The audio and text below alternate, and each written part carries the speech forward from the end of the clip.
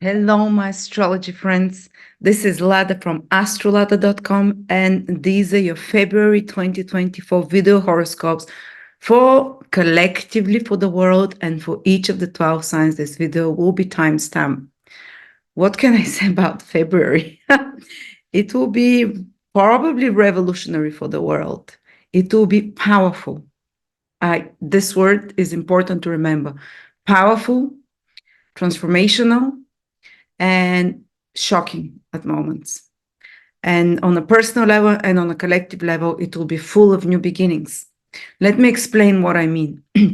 I will share my screen right now to see how the month will look. And this is my transit calendar for 2024. And here you have, and you can purchase it actually. It's 155 pages. It's interactive. You click on each date, you read what it means. But the whole of February, if you can see, we have so many conjunctions. We start with Mercury conjunct Pluto. We go to Mars conjunct Pluto. That will be a huge one. We go after that to Venus conjunct Pluto.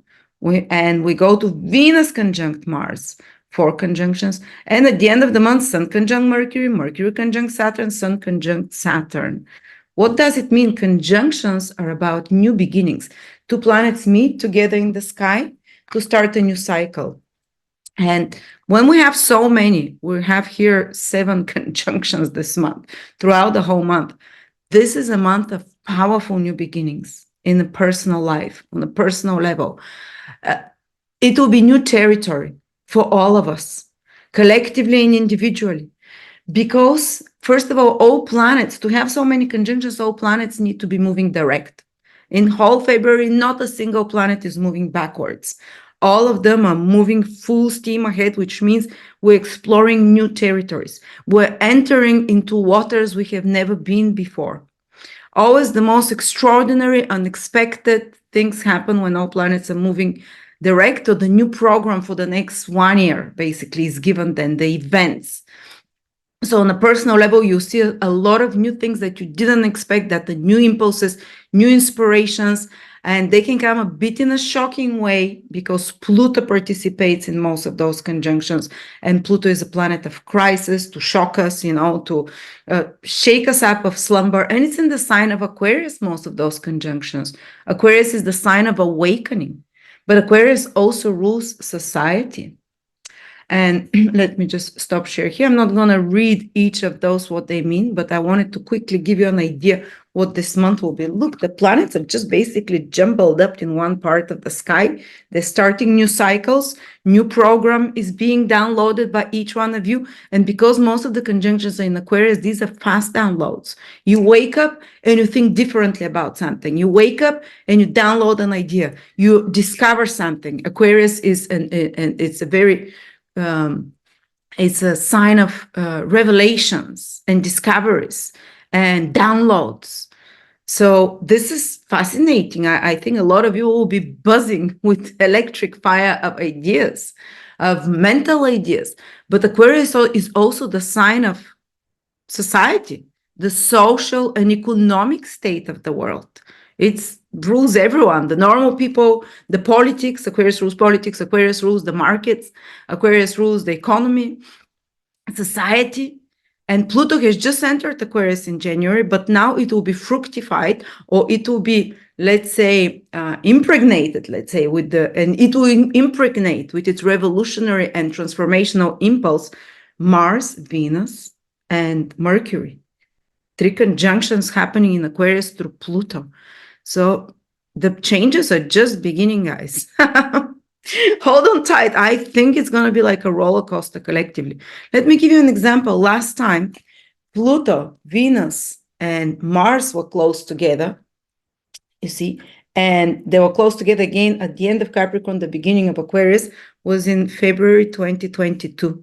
And their conjunction happened, Pluto, Venus, Mars, on pretty much the day that the war in Ukraine exploded, and we were entered in a totally new reality from COVID madness into Third World War, hysteria, and war. So new program will be download it collectively. New program will start. I'm not saying a new war will start. I cannot tell you exactly what it is.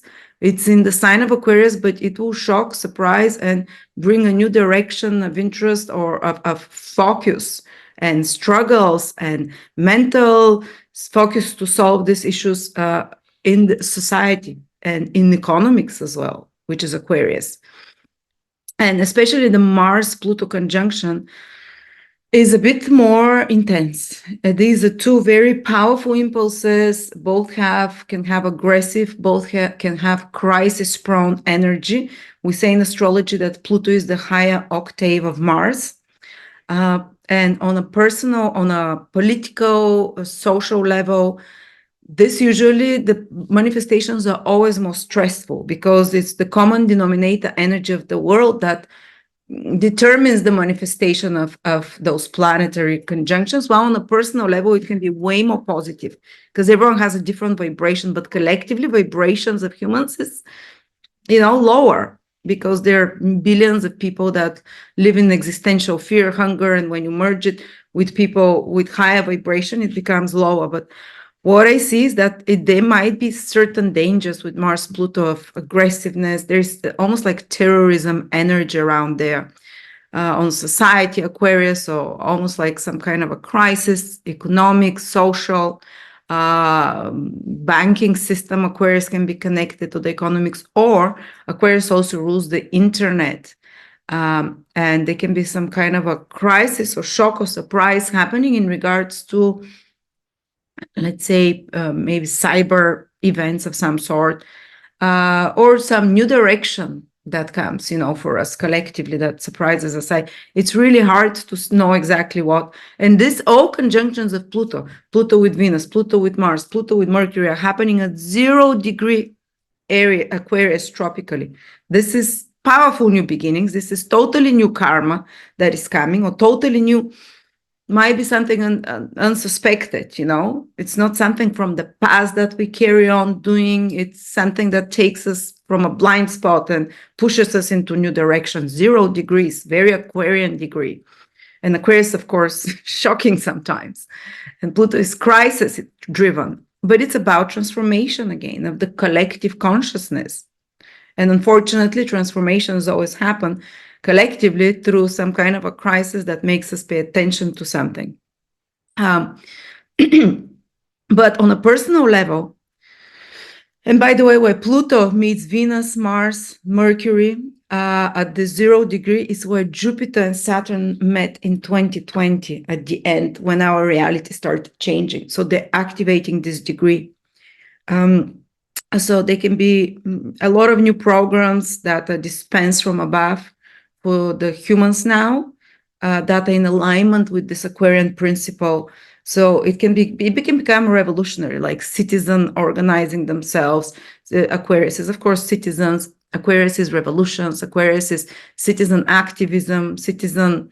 You already saw with the Sun-Pluto conjunction, again at 0 degrees in January, all Europe is, they're not showing it on mainstream media, but all the farmers are blocking the roads. It's in arms. And it's happening, I think, in America now with the border. It's kind of very, Aquarius and Pluto together have this very revolutionary energy. Pluto deep transformations. Pluto can't stand anymore. I need to break, Aquarius is, I want to break free. Aquarius organizes large groups of people, so does Pluto.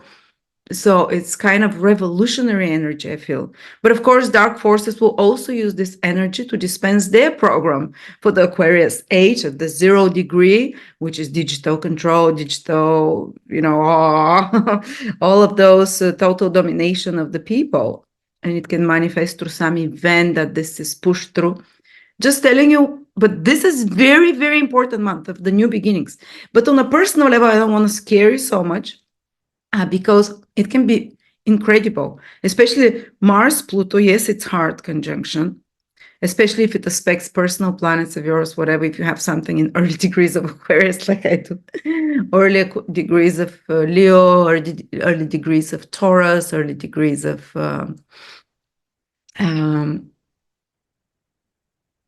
Aquarius. that can be stressful. But what is Mars is the human will, your desires, what you want, and going after it with passion, but it's selfish energy. Pluto, the high octave of Mars, esoterically has been seen to represent divine will, the will of God for your soul and for humanity as a whole. So somehow your will aligns with divine will. And if your will and the actions that you take and the desires that you have is very misaligned with what is the highest good for you and for humanity as a whole, which is Pluto divine will, you can be in for a shock, let's say. And this conjunction in particular is happening around the 14th. I'll give it a few days before, a few days after. But there might be some event collectively and personally that tries to align your will, especially personally, to the divine will, which is better for the whole and which is better for the evolution of your soul. And sometimes it can feel like a crisis or a painful experience for some of us, especially if you're very misaligned, to slap us back into the right direction, to awaken us with the Aquarian energy into the right direction. But also it has very beautiful connotations where your will merges with the will of the divine, and you can move mountains. They say, you know, if you align your will even a little bit with God's will, God works through you. You don't even have to use your willpower. You become a force of nature. You become a force of transformation. So you can do either some crisis can happen for some of us, to realign us, our actions to what is highest, best good for us. Or, and it can be sometimes intense and brutal with Mars and Pluto, or if you're already aligned, a new path will be revealed to you, and such powerful force of willpower will be infused in you. It's like Pluto is the magician energy. Pluto is the white or black magician that can manifest matter out of nothing, something out of nothing. You can do almost miracles with Mars, Pluto. You can do feats of heroism, feats of willpower. For someone, it can just mean that finally they have energy to exercise and start a workout regime. For others, it might mean breaking through some limitations that they didn't have the willpower to, because somehow the willpower aligns with the collective forces of God, and and they can move mountains in their personal life or collectively. So fascinating. We also have the sun, a new moon in Aquarius, which is quite here it is, new moon in Aquarius. Let's see. It's square Uranus, exactly square Uranus, this new moon. So it's in Aquarius, the sign of awakening. New moon is new beginnings, but it's in the sign of awakenings. It's in the sign of sudden revelations and discoveries, suddenly breaking with the past. And it's square Uranus, the ruler of Aquarius, which is even more like some of you around a few days before the new moon, a few weeks after that, might feel like that's it. You separated from the past, from a certain area in your life. We'll look at it through each of the 12 signs. And the square is very unpredictable, and but new beginnings, but very unpredictable, shocking, sudden downloads again. But again, as I said, even this rush and shock might be necessary to trigger the action. Truth bombs, sudden realizations can fall around. You can read what I've written here. You can get, it's very cheap. It's discounted. All transit, you can read what it means. I've written them personally every year. So newness and surpriseness, the surprising energy of the situations can be exciting or disruptive. It might give you just the push to break through and totally cut cords with the past. Uranus is like, that's it. I look forward. I don't care about the past. I'm not delving anymore, trying to see where the root of the problem is. It's like, I move forward. This is the kind of new, and no regrets. Uranus is not emotional. And Aquarius, no regrets, new beginning, pass by. Social activities can be increased, I'm not going to read you all, but you see. The first part of the month, the first 10 days, 12, 15, there is still a lot of energy in Capricorn because Mars, Venus, Mercury are still in Capricorn. So there is still this more restrained, this more, trying to be more moderate, trying to be more in control, practical. But the moment all planets from the middle of the month start moving into Aquarius. This rush, you'll feel it, of newness, future-oriented energy, not looking back, only forward. Uranus is one of the most futuristic signs, so nothing to stop you back. So yeah, interesting, guys. And then after that, at the very end of the month, the Sun and Mercury will start conjuncting with Saturn, so the energy will get a bit more serious again, more consolidated, reality check. But the middle of the month, those 20 days, you're just almost spontaneous energy that you do life changes, cutting connections with the past, moving forward, surprises, and so on. Now let's see quickly for the 12 signs how it can affect you personally. Starting with Aries, Sun, Moon, or Rising. For you, the first part of the month, Aries, the 10, 12, 15 days, there can still be a lot of energy in Capricorn, so a lot of focus at work, at career, activation, and maybe even some power struggles because Mars is still there with authority figures, father figures. Believe me, Mars is in the 10th house now, and I had a clash for a few days with my dad, of course. that's my always my issue. But also you can be very activated, driven, motivated for your work, for your career, to organize things there, to do new things there. But from more and more into the month, Mercury, Venus, and Mars move into your 11th house, which is very supportive for you. And just looking at all the conjunctions that will be happening, 4 new beginnings in this 11th house. First, Mercury conjunct Pluto, and they're mostly with Pluto. Then on the 5th, Mercury conjunct Pluto. Then on the 14th, Mars conjunct, so on the 9th, new moon in Aquarius, Sun, Moon conjunction. Then on the 14th, Mars conjunct Pluto. Then on the 17th, Venus conjunct Pluto. And then on the 22nd, Venus conjunct Mars, all in Aquarius. Wow. I mean, five new beginnings, 5 new cycles are starting in this 11th house. Something important will happen there. And because Pluto is part of the process, it can be started by a crisis or some kind of deep realization, some secrets coming to the surface, or some crisis that it might be just psychological, that turns you around and makes you realign again. Remember what Pluto is, with divine will. What can I say, guys? Something huge in this 11th house for you, Aries. And the 11th house is your friendships, circle of acquaintances, your environment. There might be a new change, like totally new people entering your life now, especially if it's your rising in Aries. To some degree, Sun and Moon, you can notice that. Of course, you can be very socially active.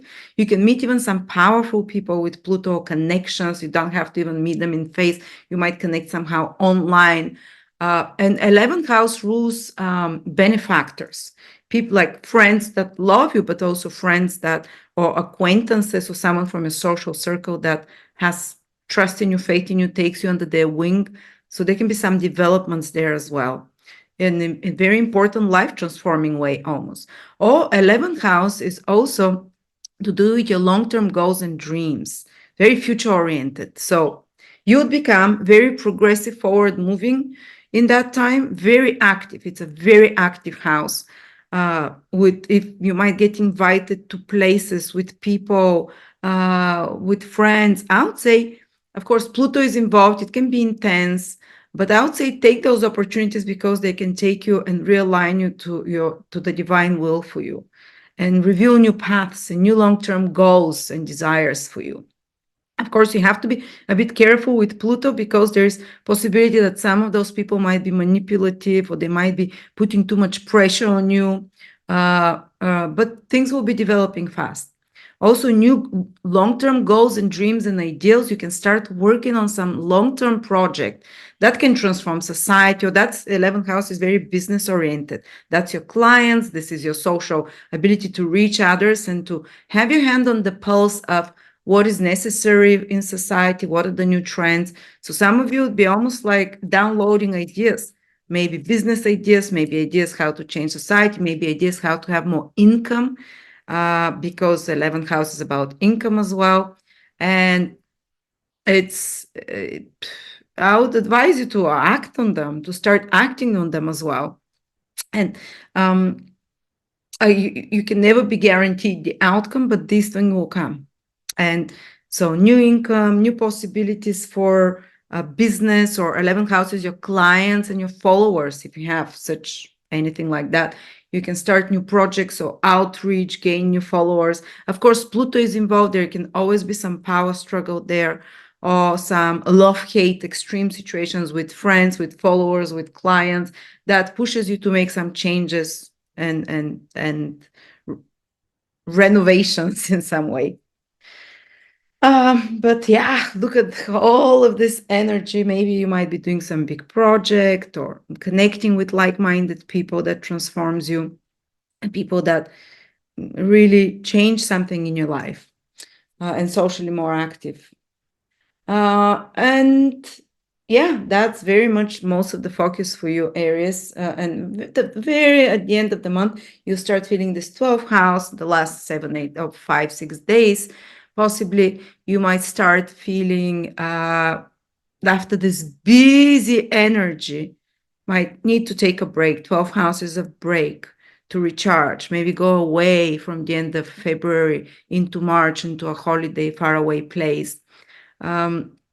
Maybe you might become more introspective, meditative, and even asking yourself, is this worth staying in my life, and questioning certain things and releasing the old. This is your 12th house that will be activated. Then if you're Taurus, Sun, Moon, or Rising, the beginning of the month, most of the energy is still the first 10 days, let's say, or, so on. There is still a lot of energy in your 9th house, which is great for travel, which is great for educational pursuits. If it's great for, might be dealing with some legal matters or moral matters about what is right or wrong, or being very interested in higher knowledge and more esoteric topics, on topics about what is right and what is good for the world, and trying to expand your mind and consciousness and reprogram your mind to a higher perspective in some way.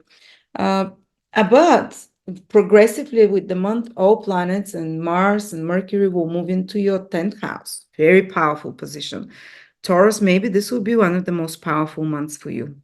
And you have 5 or 6 new beginnings, new moon in your 10th house, Venus-Mars conjunction in your 10th house. I don't want to even give you the dates because it will be nonstop this month. Let's say, and it never happens around the day. First conjunction in your 10th house, new program, Mercury-Pluto on the 5th. Second conjunction, new moon in Aquarius on the 9th, or 10th, depends where in the world. Then Mars conjunct Pluto on the 14th, it gets a bit more, you might have some clashes with authority figures, but you also might, and just be careful with police, authority figures, and such kind, father figures, but also you might really mobilize your energy around that time to align, to do something big that is needed collectively, Pluto, that is needed for the whole world. And or there might be possibly some crisis also that happens to career, or where you're going in the world, your actions, worldly actions. Especially if you have anything in Taurus around the first 2-3 degrees, you might feel it very strongly, because all those conjunctions pretty much are happening in the first, let's say, 5 to 6 degrees, 5, 6, 7 degrees. Tauruses will feel it very strongly this month, this impulses of something new. But Pluto Mars can activate you to do some feat for the world in your career, or to work under pressure a lot. But it's a new cycle again with Saturn, or with Mars, Pluto on the 14th, and then Venus, Pluto on the 17th, and then Venus conjunct Mars on the 22nd. One after another, new cycles. There might be downloads connected with your career, downloads and realizations connected to where, 10th house is your worldly duties and responsibilities that you've come here to fulfill, and this Pluto presence there might align you to what is the right direction for you there. So if you have such new impulses, new possibilities, they might appear now, and they might stay in your life for many years. So open your mind. What is it when it comes to career? What is it when it comes to Even if you're a stay-at-home person, a new opportunity to work or something, that 10th house might be whatever responsibility you have. If you're a mother, this is your job, this is your career, this is your mission at the current moment. Something new can appear, but you might have some renewed direction, how to be your own authority. Also, this 10th house is very much about self-control, very much about how to take executive decisions. You might be asked to take some very serious executive decisions for yourself, for others as well. You might be even given more authority, some of you Taurus, this month. You might be asked to take important decisions, have authority. And because the new moon also is renewal again, new beginnings in your 10th house of career, in your 10th house of contribution to the world and bosses, authorities, institutions, you might be involved a lot with that. And father figures, Uranus is squaring here. You might decide to do something very new. Uranus is from your sign, squaring, very new in that direction. So let's see what happens exactly. And of course, Venus will conjunct Pluto. For you, Pluto rules the 7th house. So this month, when Venus starts a new cycle with Pluto in your 10th house, there can be some very important development in career connected to partnerships, connected to more audience. 7th house is partnerships, audience, clients. Or there might be something important that happens in personal relationships that also will impact your status, transform your status. You see, you are meeting with another 7th house partner, personal or business, in the 10th house that changes your status, your career, maybe to do something with another as well. And Venus meets Mars as well, which is the other rule of Scorpio. So I see a lot of this theme about you meeting, combining with someone. There might be some power struggles there as well with others, but you can do something great together, or someone can help you change your career, or something like that, or some partnership that is very notable, or some of your actions with your partner is very noticeable and big, and you decide to do something new together, or that affects you too, or your partner starts doing something new, business or personal, that affects you. So fascinating. If you're Gemini, Sun, Moon, or Rising, the first 10 days, there's also influences from the 8th house. You might be dealing still with matters of the 8th house, which is with some secrets, with more psychologically important questions, psychological realizations that you have, even some crisis situations of some sort that you're trying to work on. But on a moment-day level, it can be connected to mutual finances that you're dealing still in February, that you're dealing and structuring them, organizing them. It's Capricorn energy, that you're dealing with matters regarding your money, my money, taxes, insurances, inheritances.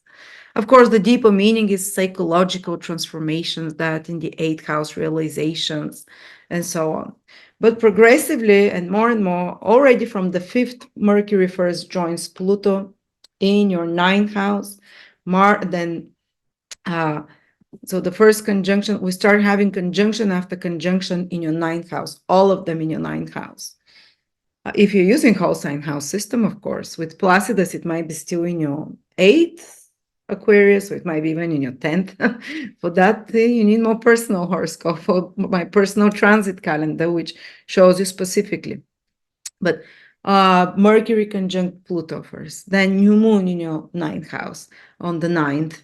Then Mars conjunct Pluto on the 14th. Around that time, you might have some clashes about belief systems at the 9th house, or about some kind of a power struggle with people from faraway places, or power struggle connected to father figures again, or institutions connected to law, the 9th house, or legal matters. For some of you, just saying that it might be a question around that time.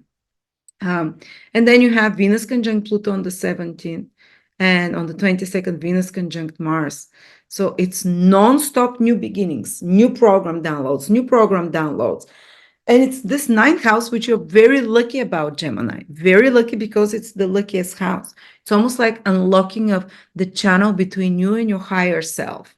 And so many planets are joining there together, like your inner teacher becomes very active, and you start downloading information. Ninth house is where you can receive inspirations from above, call it your higher self, or where life can align you to your dharmic path. Dharmic path is the one that makes your soul sing. And of course, Pluto is involved, so there might be some crisis situation that does that, some transformational, sudden as well, because of the new moon in Aquarius square Uranus. That's a bit shocking, but somehow it's as if a blindfold gets removed from your eyes, because this is the higher consciousness, the ninth house. And you're no longer seeing through this 3D reality only, but you see the bigger picture.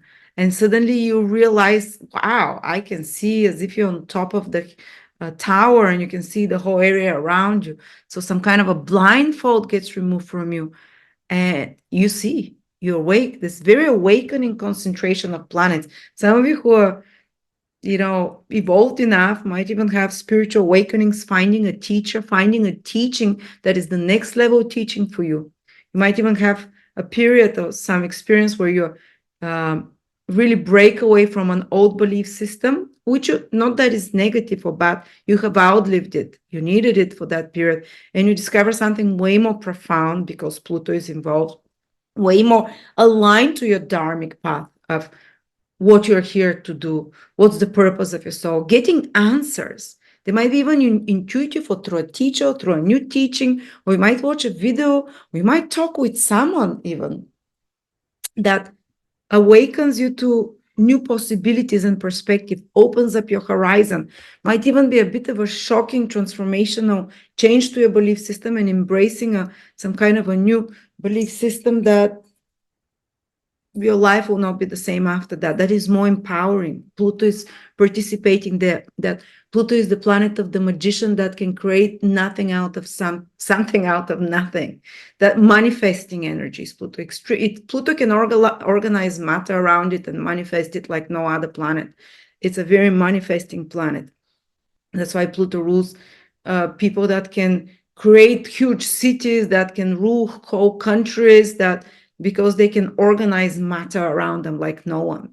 But now it's like you're organizing, it's your higher mind there and opening horizons. There might be some faith crisis that happens initially around this month, but it's like you're opening to a new reality and understanding from a more high and evolved perspective. So some of the more mundane ways it can manifest this aligning to a higher purpose, downloads, connections to your dharma, seeing the bigger pictures, there might be an opportunity to study something, educational opportunity you can start on. It's the ninth house.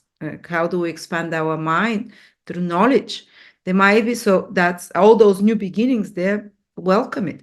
Or there might be an opportunity for you to something to do with a travel. So if something appears like that, it might be transformational. Of course, Pluto Mars around the 14th, be careful if you're traveling and such things. It's more aggressive energy. Don't go to countries that are possibly, full of terrorism and so on, and flying and such stuff. But all those new cycles there might be something to do with foreign travel. Just avoid around 13, 14, 15 because of the Pluto Mars conjunction. It's stressful to travel on such conjunction. But there might be something also new that comes to you from foreigners or from ninth houses, people from other states that are not close from your environment, people you don't know, strangers, or people from, even if they're not foreigners, they'll be from a different social class than you.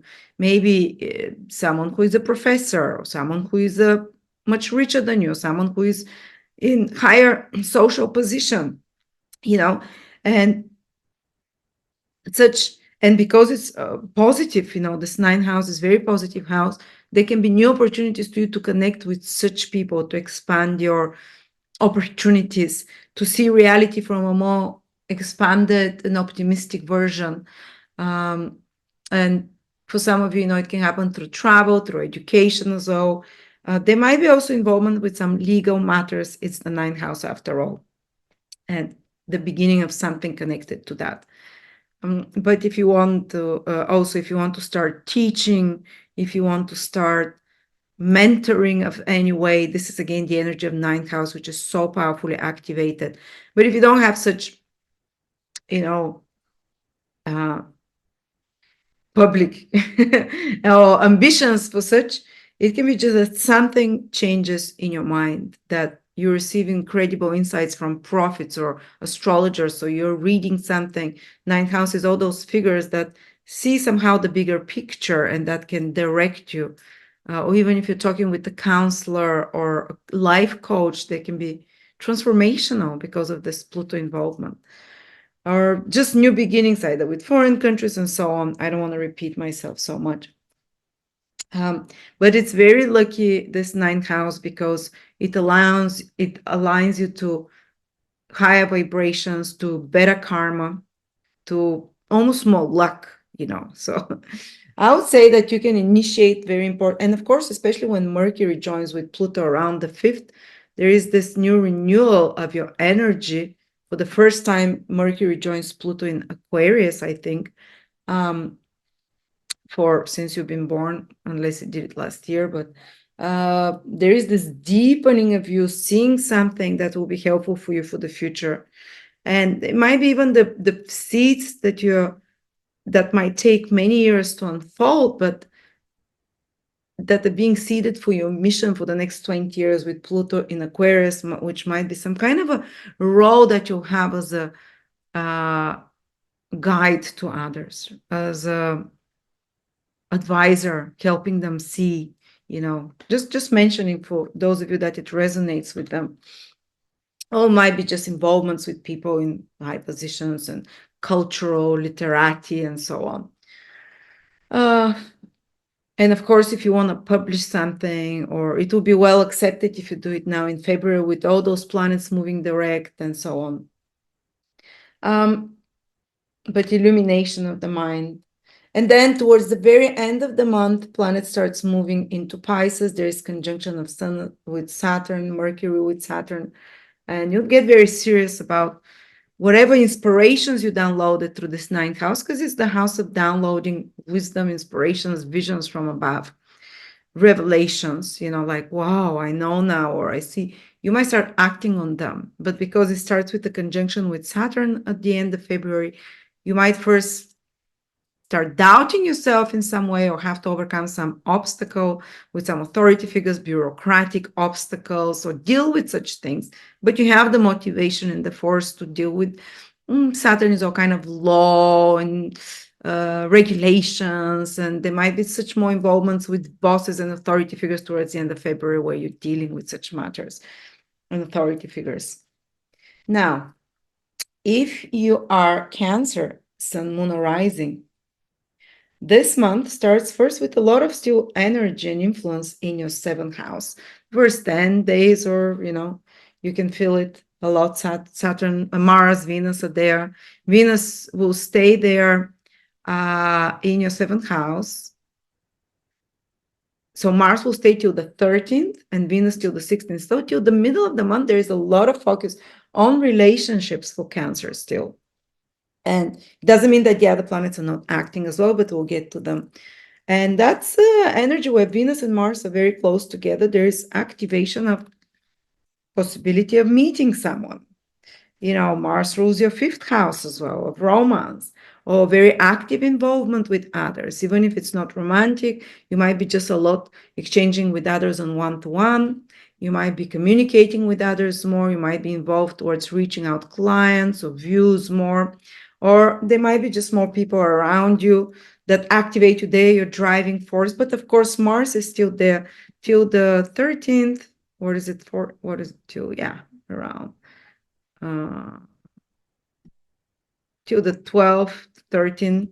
So especially the later born Cancers, the beginning of February, the first part. So let's say from 20 to 30 degrees born Cancers, Sun, Moon, or Rising, they might feel opposition from others. They might feel that they're challenged in some way those first 13 days, that someone steps on their toes, but it also has activating purpose for them. So if you feel more triggered, because it's opposition, it usually will be caused by others, frustrated somehow, or others pushing you, or others being more forceful. You can notice such things, the later born Cancers, and all Cancers overall. But just know that this Mars is amazing in Capricorn, which means it's exalted.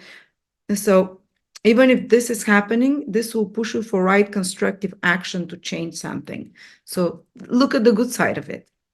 And Venus still there, so till the 16th almost. So I think it's keeping things, even if there's some provocations from others, it's keeping it sweet, and it's allowing you to manifest something useful with them. Even, Venus rules your 11th house in the 7th, even more gains through others in some way. Okay, but you'll notice that most of the energy shifts, especially from the middle of the month. Venus and Mars enter Aquarius, and already from the beginning of the month, parallel with the 7th house activities, others, maybe starts a lot of new beginnings in this 8th house. First, Mercury on the 5th meets with Pluto. Then there is a new moon on the 9th, new moon in your 8th house. Then on the 14th, Mars meets with Pluto in your 8th house. Then Venus meets with Pluto on the 22nd. With Mars on the 22nd. Venus meets with Pluto on the 17th. So one after another, bam, bam, bam, new beginnings, new beginnings, new beginnings, Cancers. Connected to what? To the 8th house. Some of you might still feel it in the 7th house, because if you're later born Cancers, the early Aquarius will still actually feels like 7th house energy. But generally, this is the 8th sign from Cancer, which is, again, it is connected to others, but a lot of new beginnings connected to, first of all, it's also relationship-oriented 8th house. So it can be, but it has more intimate and more intense side than the 7th house, almost like soulmate connection, intense sexual attraction. For some of you, I'm not saying all Cancers suddenly will start having intense sexual connections, but this is the house of intimacy, deep bonding, and something can appear new for you there. And because 8th house has a hidden nature to it, there might be something that is hidden as well about it. Not saying it's wrong, I'm just saying that it's more private as well. That's for some Cancers. I don't know who will manifest which side of the 8th house, but it can be transformational, deep, intense, steamy as well. Because it's Pluto is involved with all those new conjunctions. And it can be, again, Pluto has this energy to transform you. And it's healing. It can be sexual, but also healing and transformational, but it can also be dark. There is a dark side to Pluto, where sudden secrets emerge and you find out things that really change how you feel about something. And this 8th house on the material level, okay, it's intimacy, it's partners, finances, and resources. There might be something very important happening with that, new beginnings with partners, finances, and resources. That is very important for long-term for you. Maybe some new circumstances around that. I don't know, maybe new beginning, something that can even make you rich, I don't know, with another, or with your marriage or business partner of some sort, or some new resources starting to come, or possibility for new resources starting to come to you from outside. Maybe like a grant, or maybe like a loan, maybe like from a bank loan, or maybe some kind of your partner's resources are changing, and that's affecting you. And because Pluto is involved, there might be a dose of power struggles there. There might be a dose of hidden vested interests. And 8th house is also inheritances, insurances, mutual finances with your partner. So especially Mars-Pluto conjunction around the 14th, there can be some power struggles around such topics. Finances, resources, hidden resources, taxes, insurances. But also it can mean that you are starting very intensely something, new beginnings there with all such matters, but in a new direction as well. And I guess some of you might even, I don't know, receive some kind of inheritance. But of course, on a deep psychological level, the 8th house is about trust with others, psychological transformation. So this will be very important for you. Pregnancies, who knows, for some of you. Conceptions, pregnancies, but also psychologically, this can be very much about the theme of trust, betrayal, and trust. So if there are such topics, no, this is your 8th house being activated, that you're, I don't know how it will go for you, good or bad, but it's new energy, and it's something that's very intense, but it's also intense passion in the 8th house, very intense feelings, very. So some of you can have, because of these new Pluto conjunctions, all of them, new moon in your 8th house. This is a house of sudden revelations and healings. So I think for some of you Cancers, there can be this spontaneous healing possibility, starting on a path of healing, energy healing of some sort, healing crisis, because it's Pluto. But because it's Pluto, there can be some kind of crisis that leads to this healing. But it's not only physical healing, it can be psychological, some very powerful realizations you have, Cancer, this month. Some psychological breakthroughs if you go to with counselors, or even if you don't, if you go to church or whatever, or if you're reading something, you can have like, wow, you get to the bottom of something, you realize it, you are given answers, you start on some path of study and research, which also materially, this can be a great time to start researching or studying something, or having credible revelations through psychologists, astrologists, on your own, through or study even the occult, the astrology, the esoteric, the hidden, be involved in topics that are more forbidden or hidden, or have to deal and communicate about topics that are about trauma, about the past. But somehow, because it's all happening in Aquarius, is very forward, future-oriented sign, this will help you move forward into new direction. And you might have certain realizations that make you move forward. And this new energy, that this transformation psychologically for you, that allows you to push through. Of course, the 8th house is connected with the topic of mortality, death, birth, as I said, either conception, so death. So thinking about such things, there can be activation for such matters as well. And 8th house, again, on another mundane level, can be a stock market, investments in something. There can be new beginnings there. There can be new insights. There can be some crisis that makes you change in a certain direction as well. All right. And then towards the end of the month, you start feeling, Cancer, the energy will not be so intense anymore, because this 8th house is the house of transformations, permutations, sudden crisis, and we have Pluto there doing all those things, but very deep psychological realizations, like you can be quite different after that. But then the sun starts moving to Pisces towards the last 10 days, Mercury as well, and they will join Saturn in your 9th house. So towards the end of the month, you might start thinking about foreign travel, and into March as well, higher education. You might start kind of gathering yourself more psychologically, and because Saturn will be there as well, and looking at the bigger picture, because the 8th house is like the microcosmos, the 9th house is the macrocosmos. The 8th house is like you turn within and you try to find the truth within with all those planets. The 9th house is like you turn outwards to the bigger cosmos and the universe and the macro universe. So you go from micro to macro. So there'll be the sense of expansion. Well, maybe more towards later in March, because first you meet Saturn there. But this will be more involved with truth, with what is meaningful, the future, and so on towards the end.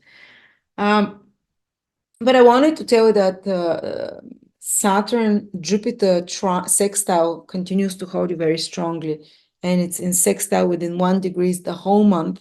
In February, they're moving direct, so this is great support here.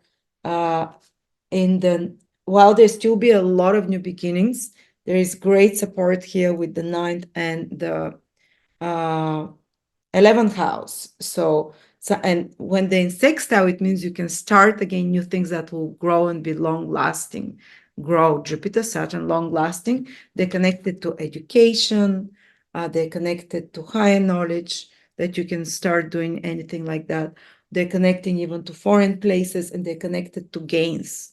So maybe study something that will be gainful for you, or join certain groups or organizations, or social activism and participation in some projects that is larger, that's aligned to your principles and morals, Saturn in the 9th house.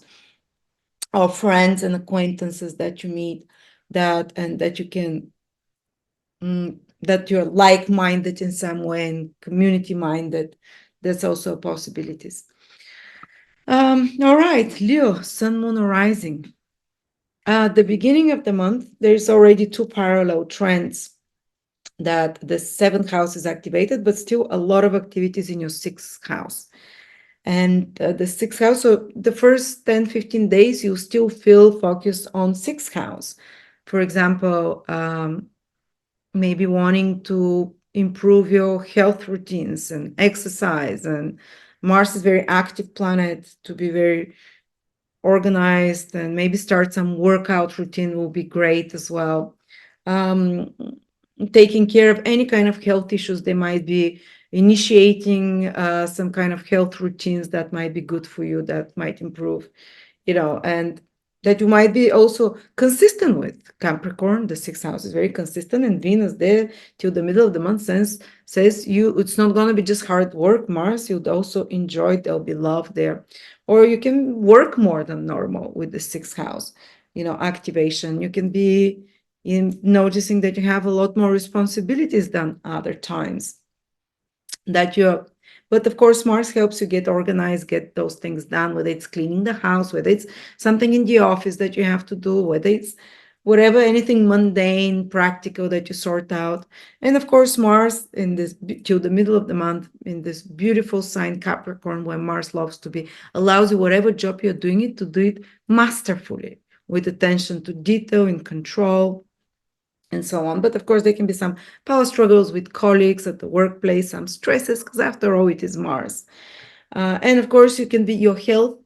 Mars there helps you fight some health issues, because Mars loves the sixth house. It strengthens the fighting power of your body, the house of fighting and illness. But of course, it can indicate that there is some battle going on within. So there might be, of course, some inflammatory conditions that are happening through your body, more than naturally, more than normally. Inflammation. But again, Saturn being so strong there till the middle of the month says you're winning the battle in this health thing. But of course, there can be some acute conditions that appear. Just so you know, it is Mars after all. But you see, there is another trend going on from the beginning of the month. This is the seventh house, and that's where the big story is this month for you, Leo. And actually, Venus and Mars, they move one after another to your seventh house, where Mercury and the Sun is already. And first, at the beginning of the month, Mercury on the 5th, Mercury conjuncts Pluto. So if you especially Leo, the first few degrees, the first 6-7 degrees, this month is so powerful, because of all planets are meeting in the first 5-6 degrees, 7. Venus, Mars at 6, Mercury, Pluto at 0 on the 5th, then new moon in your at 20 degrees on the 9th. New moon at 20 degrees. So 20 degrees, 10 degrees before, 10 degrees after. So from 10 till 30, they'll feel this new moon very strongly. So everyone feels this conjunctions in Aquarius, which is new beginnings. And one after another, first Mercury, Pluto, then the Sun, Moon conjunction, then Mars, Pluto conjunction on the 14th, and then Venus, Pluto conjunction on the 17th, and then Venus, Mars conjunction on the 22nd. It's nonstop, Leos. In the seventh house, other people, new beginnings through other people. How can it play out? And Pluto is part of the picture every time. There might be a new partner can appear in your life, new partner that transforms you, that there is also an element of suddenness with Aquarius energy there, and an element of the unexpected, but an element of crisis in your relationships as well, because Pluto is there. So there can be a renewal of the relationship, but through some crisis of already existing relationships with very close friends or clients, or your marriage partner, boyfriend, girlfriend, seventh houses, all those people that you have one-on-one interactions that are important for you, that really affect you. Usually it's your marriage partner, but if you have a very good friend, that sometimes they're more impactful to us. They're our mirror more than a husband or a wife. It's also your clients, So there can be some powerful, profound changes that come to you from others, activations in your life that come to you through others. And because Pluto is involved, it's so transformational that you might never be the same after that, especially if you're the first few degrees, And so for some of you, can be a new relationship that appears that's very Plutonian, intense, deep, but maybe even dangerous, maybe even scary because it's so intense. They can be for others some kind of crisis in relationship through others. Unfortunately, around the 14th, Pluto and Mars, it's not unfortunately, conjoin. So there can be some provocations towards you from others, especially the early degrees, Leo, Sun, Moon, or Rising. They can be an attack almost on you from others. That can be a bit more, okay, it's more on the mental level, for example, but it still can be vicious with Pluto Mars. So try around those days, 14th, a few days before and after, to be more in control, and to be not so reactive, to have more controlled responses. And so you don't antagonize more, but something that happens around then can trigger you exactly to change your relationship with someone and to change yourself. Someone can challenge you in such a way that it gives you a new path and new direction. If it's your Sun in Leo, it might be that you start changing something about your career, or how you go about your goals. If it's your Moon there, something about your personal life, about your health as well. If it's your Ascendant, something about your whole life and how you see yourself. You can use this energy to start exercising with another, to find fantastic energy, to find someone to motivate you to do something. And of course, they'll be ruthless and they'll be strong. And it might be just exactly what you need. So instead of trying to do things alone this month, it's almost like as if it's always coming to you through others, through the 7th house. And so if you want to start Mars Pluto, this tension energy, it's a new cycle of Mars Pluto in your 7th house, a new cycle of many. For the next 20 years, you have 7 or 8 of those cycles. But it's the first one ever, Mars and Pluto in your 7th house. Almost like it's telling you, the universe, that for many years ahead, but starting from now, you have to learn to work with others. It's a bit hard for Leos. They need to be in the center. They need to be the leader. But it's almost like a lot of the important things for you and big transformations will come to you through another, especially this month. And so collaborate, trigger or activation to do something. And it's almost like a mirror. Others will be your mirror for you. But find like a trainer now if you want, or do something active with a partner. And then Venus conjuncts with Mars around the 22nd in your 7th house. 22nd of, what was it? Was it 22nd? Yeah. And there is the new moon in your 7th house. I don't know. I barely think any of you Leos will stay without important and major events that come to you from others. Plus, in ancient astrology, 7th house is connected to travel. So some of you, I see traveling, because if this is home, your sign, far away is the 7th house. Meeting new people, but also traveling, business partnerships that you start, new partnership that you start. Something new can happen in the life of your partner that's so transformational for you, that as well gives new directions for you in some way. Or you can start new projects to gain new clients or to reach out more people. Publicity, 7th house. That can really transform your publicity and outreach to others. But of course, you have to be careful. There's some explosive combination, Mars, Pluto, Mars, Venus, even though it's very, erotic as well. But it might be, in some cases, there might be power struggles, fighting with others and so on. But it's fascinating, Others will be this force. And towards the end of the month, you might start focusing more into this, putting in order this 8th house, which is connected to insurances, inheritances, taxes, and it will carry into March, which can be connected to becoming more, rather than reaching out to others, a bit more introspective, delving deep into deep psychological matters, some important events. Again, it is house connected to others, but new beginnings there through others. Stay open.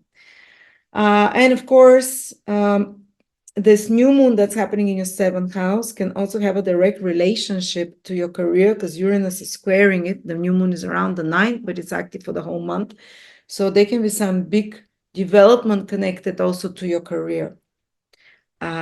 Through whatever new things are coming and happening in the world collectively and for you personally, your social status, your career can change as well in a big sudden way. Uranus is activating there. Now, if you're Virgo, and of course, Venus rules your, Leos, Venus rules your 10th house, conjoining with Pluto and with Mars, which rule your 4th house. There can be some important developments in your career and personal life that are connected to your partnership as well. So it's like on many levels. It's very powerful activation for Leos this month. Probably Leos and Aquarius will be the two signs that have the biggest changes. Yes, it's opposition, challenges as well, but new beginnings, bam, bam, bam, one after another. And it's almost like these new changes are not so much dependent on you. Yeah, the sun participates there, but it's kind of, it's, you have to, it's external circumstances, the 7th house is this. Okay, Virgo, sun, moon, rising. Virgo, the first part of the month, or the first even 10 days, 11, 12 days, there is still strong influence in your 5th house of Venus and Mars, parallel with a very strong influence in your 6th house that we'll talk about after.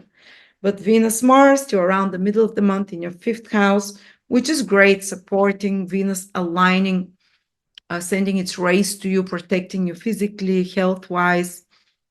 While Mars, till the middle of the month, Mars giving you your actions is Mars, and your actions are aligned. And whatever actions you take, there won't be much resistance, stress at the beginning of the month, unless, of course, you have planets in Cancer or Aries or Libra and Mars is squaring them, then you will have resistance. But you can be really active here with creative projects, with having fun, entertainment. The 5th house, very active with your children if you have children.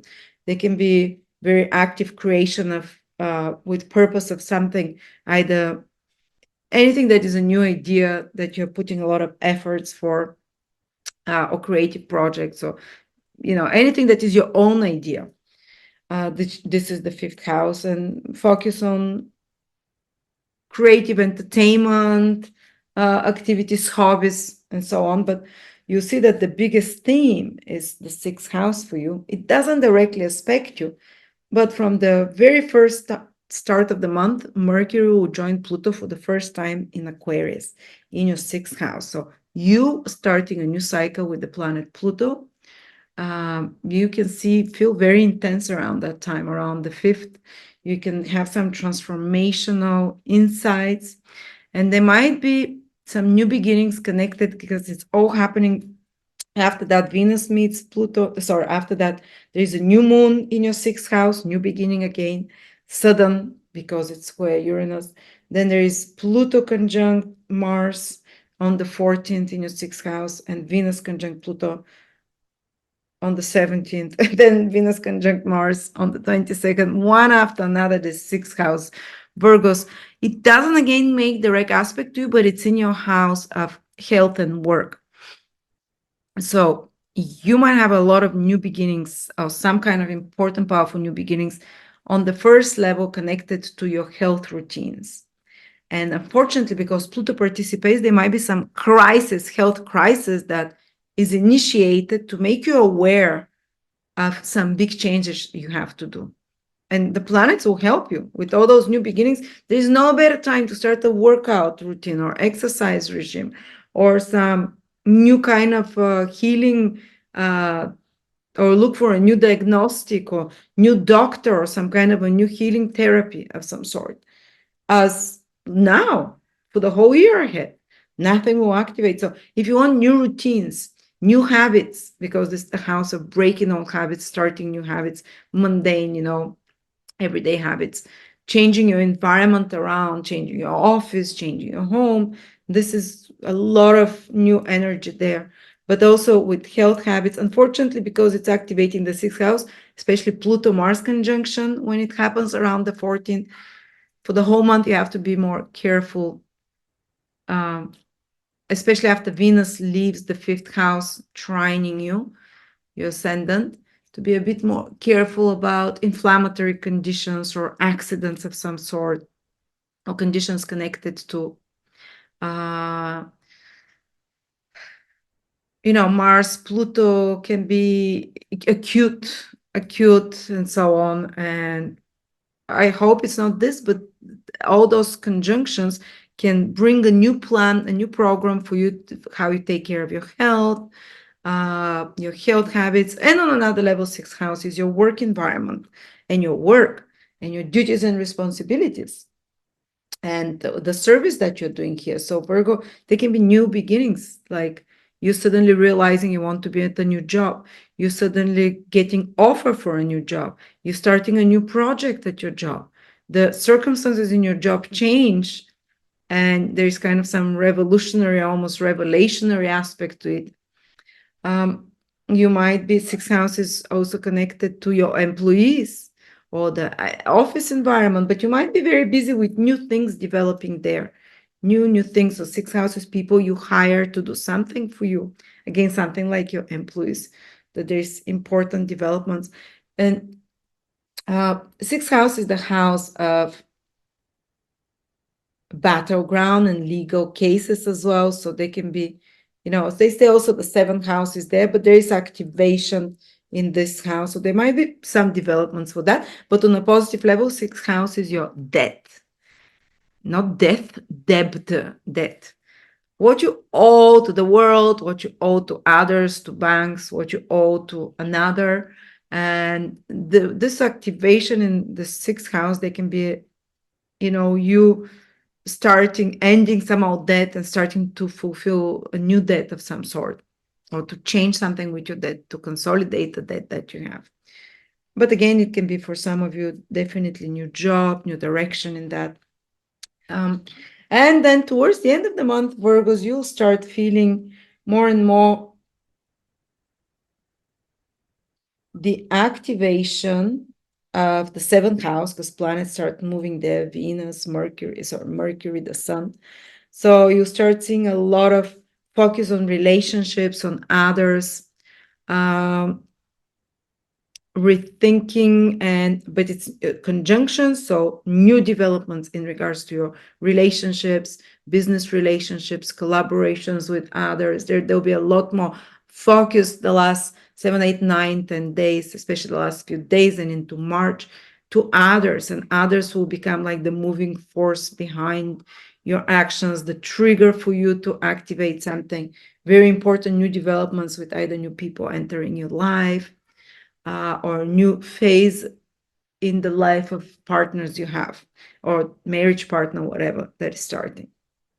Some important decisions, Saturn conjunct Mercury, Saturn conjunct Sun, regarding others in your life as well. But so many new beginnings, wow. Libra, Sun, Moon, Rising. This month starts with two themes. The first 10, 12 days, 15 days, there's still strong influence for you in the fourth house. So a lot of activity at home with property, maybe just being very busy at home or as a parent, fourth house, so with your parents. And of course, there might be some clashes because of Mars with parents, or just the Mars in Capricorn is very well situated there until the month. It can be some fixing something at home. Of course, I hope it's not like arguments and fights, but being more active at home, just focusing a lot of energy there. And Venus is there till almost what day is it? Till the 13th, 14th, till the 16th, so till the middle of the month. So it's gracing, despite of Mars there, don't worry, even if there is some kind of intensification of issues with relatives, with parents, in your own personal family, or something that needs to be fixed. Venus being there, make sure that everything will be okay. So there can be good times or very active times in your personal life, family, home. You can even beautify something about your home. Venus, invite guests over, have good times there till the middle of the month, Be more proactive to reconnect with relatives. But then gradually both Venus and Mars move into your fifth house, which is great news, guys, because the real action this month is actually in your fifth house, which is trine to Libra, which is very supportive. which is you might be put in some center stage role. Even if you don't like it, this is the house of fame. This is the house of being in a center spot. This is the house like a child that plays and dances and doesn't care who looks at them. Actually, they want people to look at them, you know. So those of you who have ambitions, you know, to be in center stage or to attract, you know, others around them like a center, well, this can be the time that this starts happening in February. If you're in artistic fields, you might get new projects, new performances, new opportunities, or even if you're not an artist, fifth house is your own personal ideas. So one after another, starting from the fifth, Mercury conjunct Pluto, new beginnings day in the fifth house. Then new moon in the fifth house, new brilliant ideas you can download around the 9th. I cannot even tell you specific days, the whole month, one after another, conjunctions in this fifth house. Planets keep meeting there. So that's always new downloads. Fifth house is what is it? Beautiful house. It's your good karma that you've created from past lifetime. So it can be like activation of your good karma, Libras now. Libra, Sun, Moon, or Rising, especially Rising, activation of your good karma that you've done before past lives or this life. So like good luck can be coming to you. You can feel like a new wave of luck, and you can feel like more like the renewal conjunctions, new renewal of the life forces in you. Fifth house is this energy of constant life force, like children have. Renewal of sexual desire, even the fifth house. Or there can be renewal of romance in your relationships. All those feelings that make us feel very alive is the fifth house, whether it's being in love, whether it's feeling dopamine and excitement, whether it's feeling inspired, whether it's having fun. You know, being in love trumps them all, but having a new idea and you're like excited about it. Children is the fifth house. So all those themes, like one after another, there'll be new developments. Pluto is involved with most of those conjunctions. So there might be some element of crisis there. Unfortunately, even though it's such a good house with luck of your good karma coming, but to get to it, there might be first activation of some crisis, either with children, with the love, with your romantic partner, or with your creative project, or some deep realization that you realize that you have to change something, and so you can be a more truthful conduit of divine light and divine inspiration and your inner joy, so you can remove some of the layers that are blocking you connect to this fifth house, the light flowing. I see it like a river of life, the fifth house, like the joy of life. And Pluto there conjoining with all of your planets pushes you to start new phase in your life, to discover joy from life, to discover inspiration again, to discover connectedness to the source of joy, you know, your own creative potential, your own confidence, to be the own star in your show, your own unique expression. Fifth house is your self-expression. Are you shine daisy, or do you go like, ta-da, here am I? Depending on which stage you are, like, oh, no, you know, no, I cannot let this, no. Or I'm not saying everyone should be flamboyant and extravagant, but to allow whatever is this force creative in them to shine through them. Your creative force might be organizational, you know, not something create, you know, this can be this fifth house is what is your superpower that you're born with. And it's almost like a discovery process. You're starting, Libra, to discover this superpower, this talent, but it might start in a crisis way that you're like, right, I need to have the right self-expression to remove certain things. And whatever is blocking it, if it's like lack of joy in life, if it's lack of emotional connection and spark with your partner, which is the romance, which is just something will trigger you in February to start changing there, to start realizing on a deep level, Pluto, to have a sudden realization, Aquarius, and awakening. What is blocking this creative spark and awakening it? What is blocking this joy? So there might be opportunities to, for example, there can be opportunities, Venus is opportunities to create something new, to start a new creative project, to download ideas, opportunities to fall in love. Yeah, this is the fifth house, how you can awaken new hobby. Fifth house is sports you do because you love to do sports, not because your back is hurting and you have to do sports. Fifth house is like feeling alive. Oh yeah, finding a sport that you love that transforms you, or finding a hobby or a passion that makes you feel alive.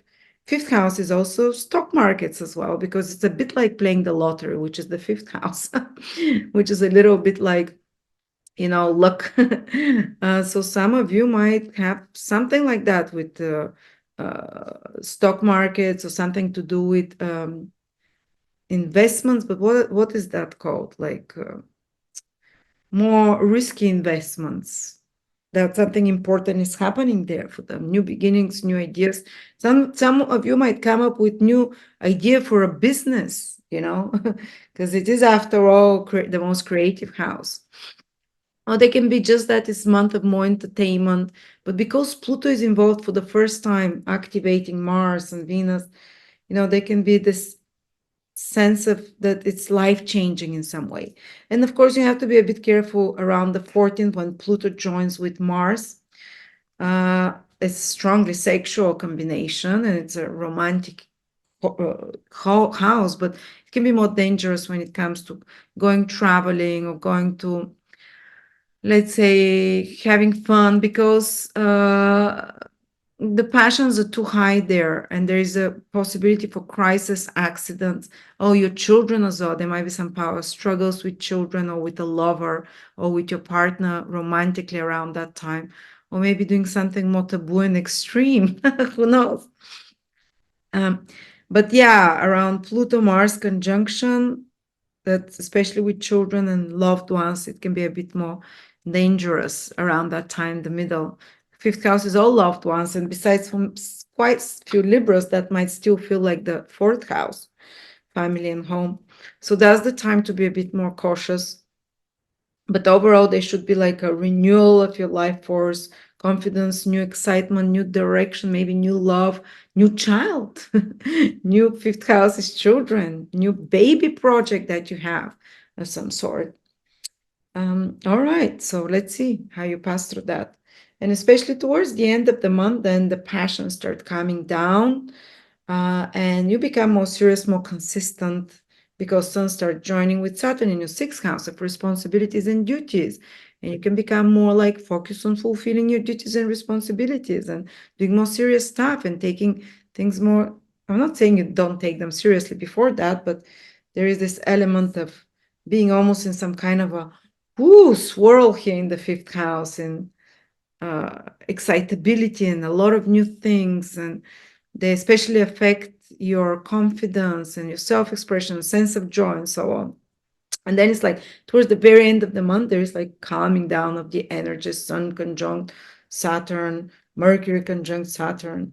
But also Venus, the planet that rules you, will join with Mars around the 22nd. So a little bit before, a little bit after.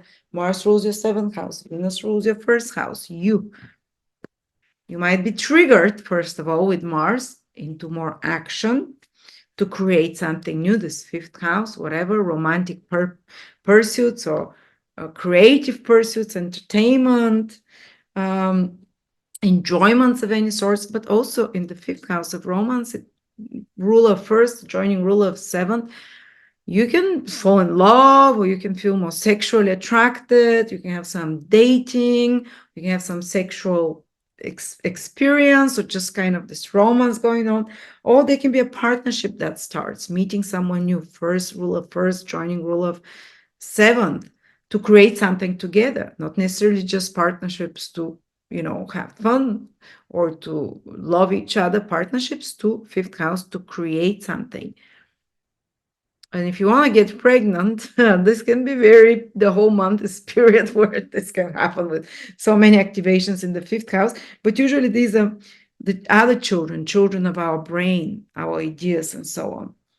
Now, Scorpio, Sun, Moon, or Rising.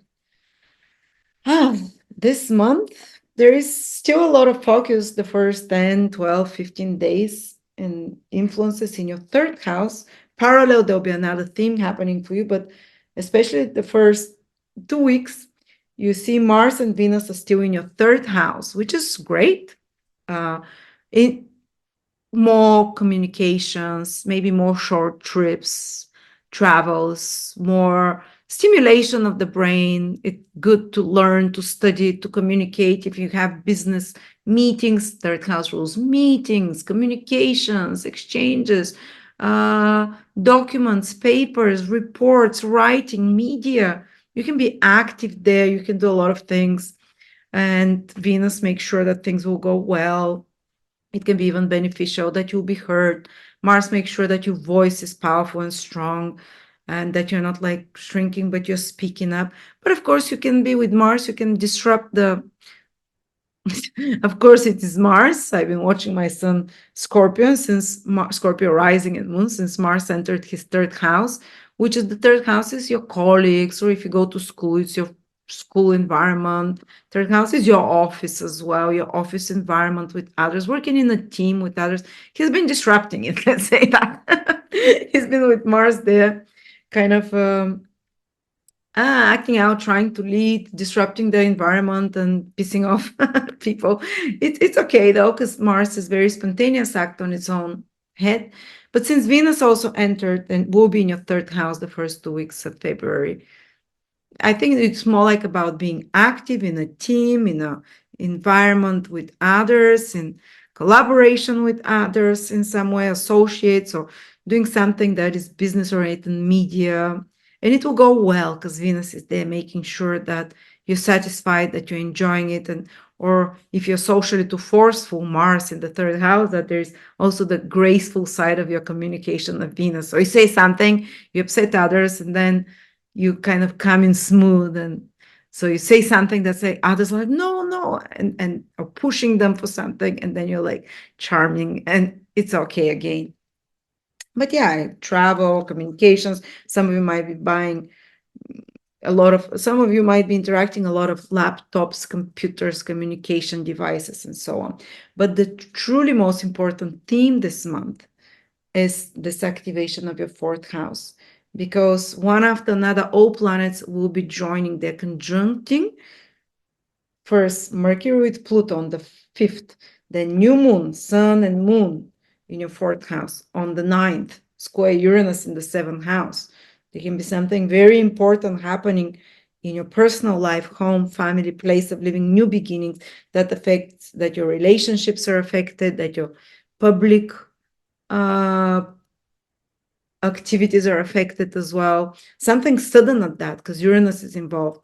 Especially this new moon is happening Scorpio at 20 degrees. So if you're Scorpio born, I would say from 15 to 25 degrees sun, moon, or rising, this new moon can be super triggering for you with sudden around the 9th and a few days after, with sudden new beginnings connected to relationships, sudden surprises in your family, personal life, home, place of living, sudden decisions you like to do and change something, activations of those things. But otherwise, most of the other conjunctions are happening in the first at 0 degree, 0 degree Aquarius. So first Mercury, Pluto, then Venus, Pluto, then Venus, then Mars, Pluto. Mars, Pluto is on the 14th. So especially the very early born Scorpios, be a bit careful. But for all Scorpios, the early born, I would say the first 5 degrees Scorpio, Mars conjunct Pluto in your fourth house will square those first degrees. You can feel more triggered around the 14th, a few days before or after, by loved ones, by family, that they can be some crisis around family, home, place, property as well. For all of you, Scorpios, so some dilemma that you have to use your willpower to align your personal willpower to the willpower of the collective to do something, you know. You might be forced into some new beginning there as well. But they might be, and of course, especially be careful if traveling, because Pluto Mars will be almost on the cusp of your third house, and with the fourth, for many Scorpios, that's still the third house where they're joining. So when traveling around the 14th, avoid it. Driving, using machinery, stuff like that. Plus, you are Mars. So that's you, your whole body. you're ruled by Mars and Pluto. So your two rulers are meeting in the fourth house, which is very emotionally sensitive and reactive. So you might be quite reactive and explosive emotionally. You might, even because of this fourth house with a third house influence, relatives, family, such kind of parents. Or you might have to do some big change in your property, real estate, family, home, because Mars and Pluto combined together can give you incredible willpower. But it's not only about family for you, even though they meet in this fourth house for you, because your Mars and your Pluto, these two planets join together for the first time in 200 years, 250 years in Aquarius. And this is about you mastering and activating, some of you, your whole resources. And Mars also rules the sixth house of work, almost like a duty. Sixth house is duty and work you might have towards society and collectively to others, Aquarius, to mobilize your forces and energy to do something. Maybe some project can come, some new idea can come to you, opportunity to start something where you have to gather your willpower, your strength, your, the strength of Mars and Pluto to do some feat, to do something that otherwise you don't have the willpower, that you're usually not brave enough to do. You might have to do something brave starting from February. And of course, Mars is the ruler of your sixth house and Pluto is the ruler of the first and sixth ruler joined together. They can be for some of you even new beginnings in regards to work project, or health. So that can be like maybe put yourself to some kind of running marathon or to some challenge, building muscle, or, maybe not marathon is too much, but to some physical challenge to transform your health, transform Pluto, ruler of first, ruler of sixth, health. Otherwise, there might be some health crisis for some of you. Just warning you, especially be careful if you're the early degrees of Scorpio. But those Scorpios to be a bit more cautious. But overall, after that, Venus will join with Mars on the, after that, Venus will join, with Mars, the next conjunction on the 22nd. Who is Mars? It's you. Venus joins with Pluto as well, first on the 16th, 17th. So Pluto and Mars are both you. So the ruler of the seventh house joins the ruler of the first house twice, 2 times new cycles with the modern and traditional ruler. New beginnings in relationships for you, Scorpio, as well possible. Renewal of a contract, new partnership, new passionate affair, even. Mars, Venus, Pluto are joining together, and you're Mars. Venus is your partners. But of course, it can get even power struggles with partners, because Pluto, Mars are not easy planets. They can be this either a strong sexual charge or new beginnings in partnerships. So if you're in an existing partnership, so with seventh house can be clients as well, other equal partners. There can be some tension and power struggle there as well, but also a renewal, you starting something new with such people that is transforming for you in a big way. So your planet Pluto will be making a lot of conjunction this month. Yes, it's in your fourth house, which a lot to do with more personal life, deep realizations about your family, about your past, about where you're heading into the future, deep healing energy to the fourth house as well. It's possible because fourth house is where we store all those feelings and emotions and process from early childhood. So some breakthroughs you can have there in regards to your early childhood or family. You can do some family constellations with this fourth house that can be stunning, or some psychological work with another that can have such breakthroughs that you're liberated and freed and released and transformed psychologically from the patterns of the past. But otherwise, it's more on the mundane level, home, family, place of living, where you're living, relocations, or such kind of stuff possible. All right, Sagittarius Sun, Moon, Rising. The beginning of the month, there's still the theme of the second house with Venus and Mars there. It can make you more proactive till the middle of the month to pursue Mars in a constructive and practical and not too crazy way, but in a strategic way, Mars in Capricorn, to secure more resources, finances, to do the hard work to secure those, to pursue them, to such activations. Venus as well, then make sure that actually you can make more money this month till the 16th. Venus is in your second house, or even gain something you consider beautiful or valuable, pretty clothes, makeup.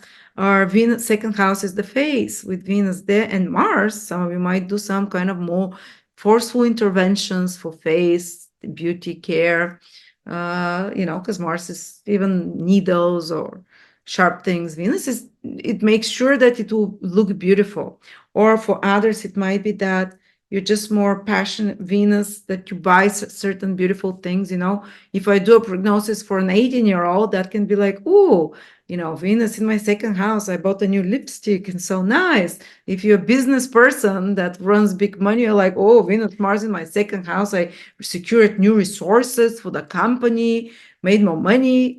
If you depends what level you are, the second house manifests differently. They can be more focused on food, on eating, and so on as well with the second house, but usually it's resources and so on.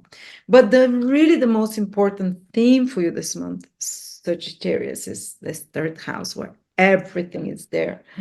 And Venus and Mars, they enter from the middle of the month, but already from the beginning, first Mercury will join Pluto in your third house for the first time in 250 years.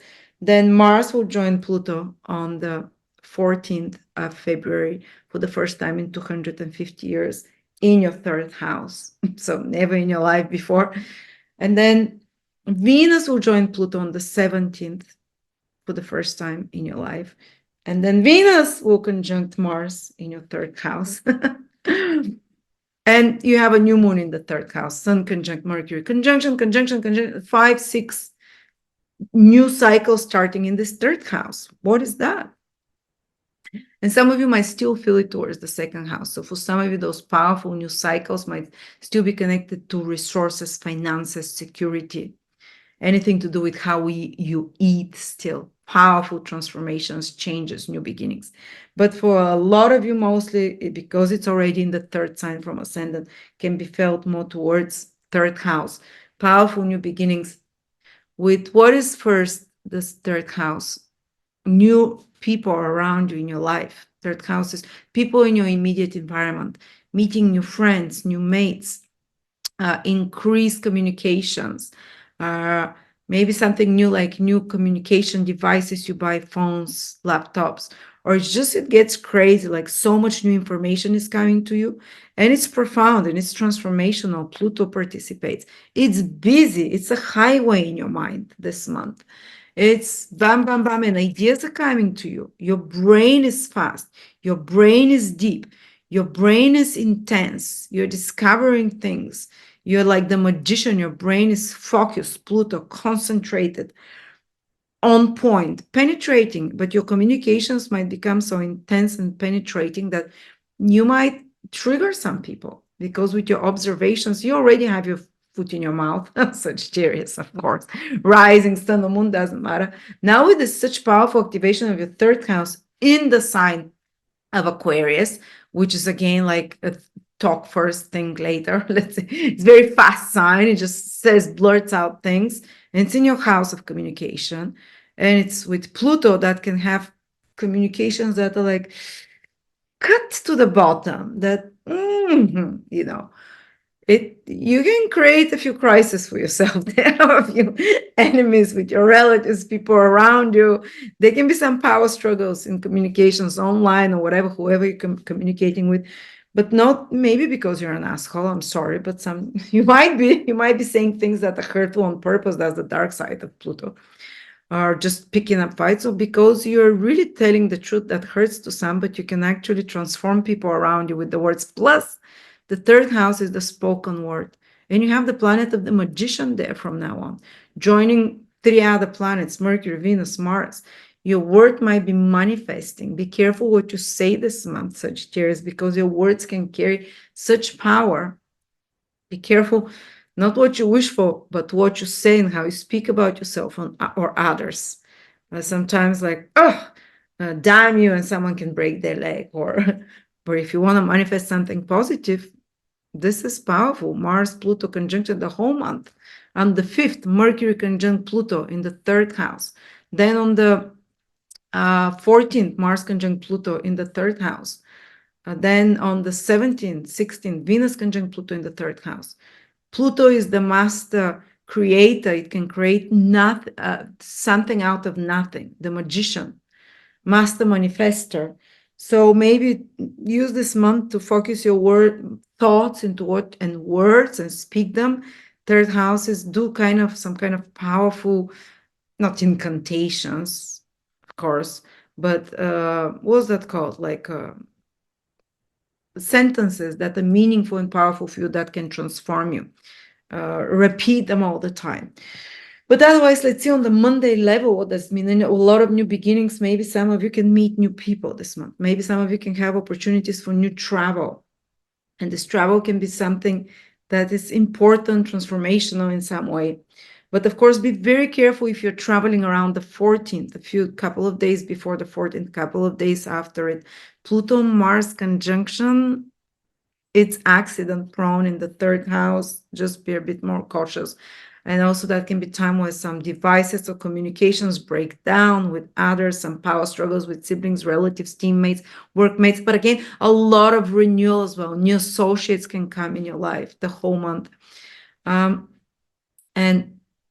then there is Pluto conjunct Venus in the third house, and Venus conjunct Mars in the third house. So new, of course, you can learn something new now, or you can start traveling, short travels. You can do a few short trips around, or you can, your environment might be changing quick, or the people, new friends, you can discover something new that you want to learn, that you are very passionately, deeply obsessed about. This is the Plutonic energy with the new conjunctions. Third house is new information, something secrets that you find, some important information that blows your mind or changes and reprograms your mind. Something you can read, something you can study, something you can think on your own while you're talking with another person, discussing, and you're like, bam, you download, and you're like, write it down. You can have such deep insights with talk therapy or just speaking with another. Your mind is fast, is powerful, is focused, especially from the second part of the month, the whole month, sorry. And third house is what is like starting to learn something new, some skill. Third house is the house of course, self-made wealth, using your skills.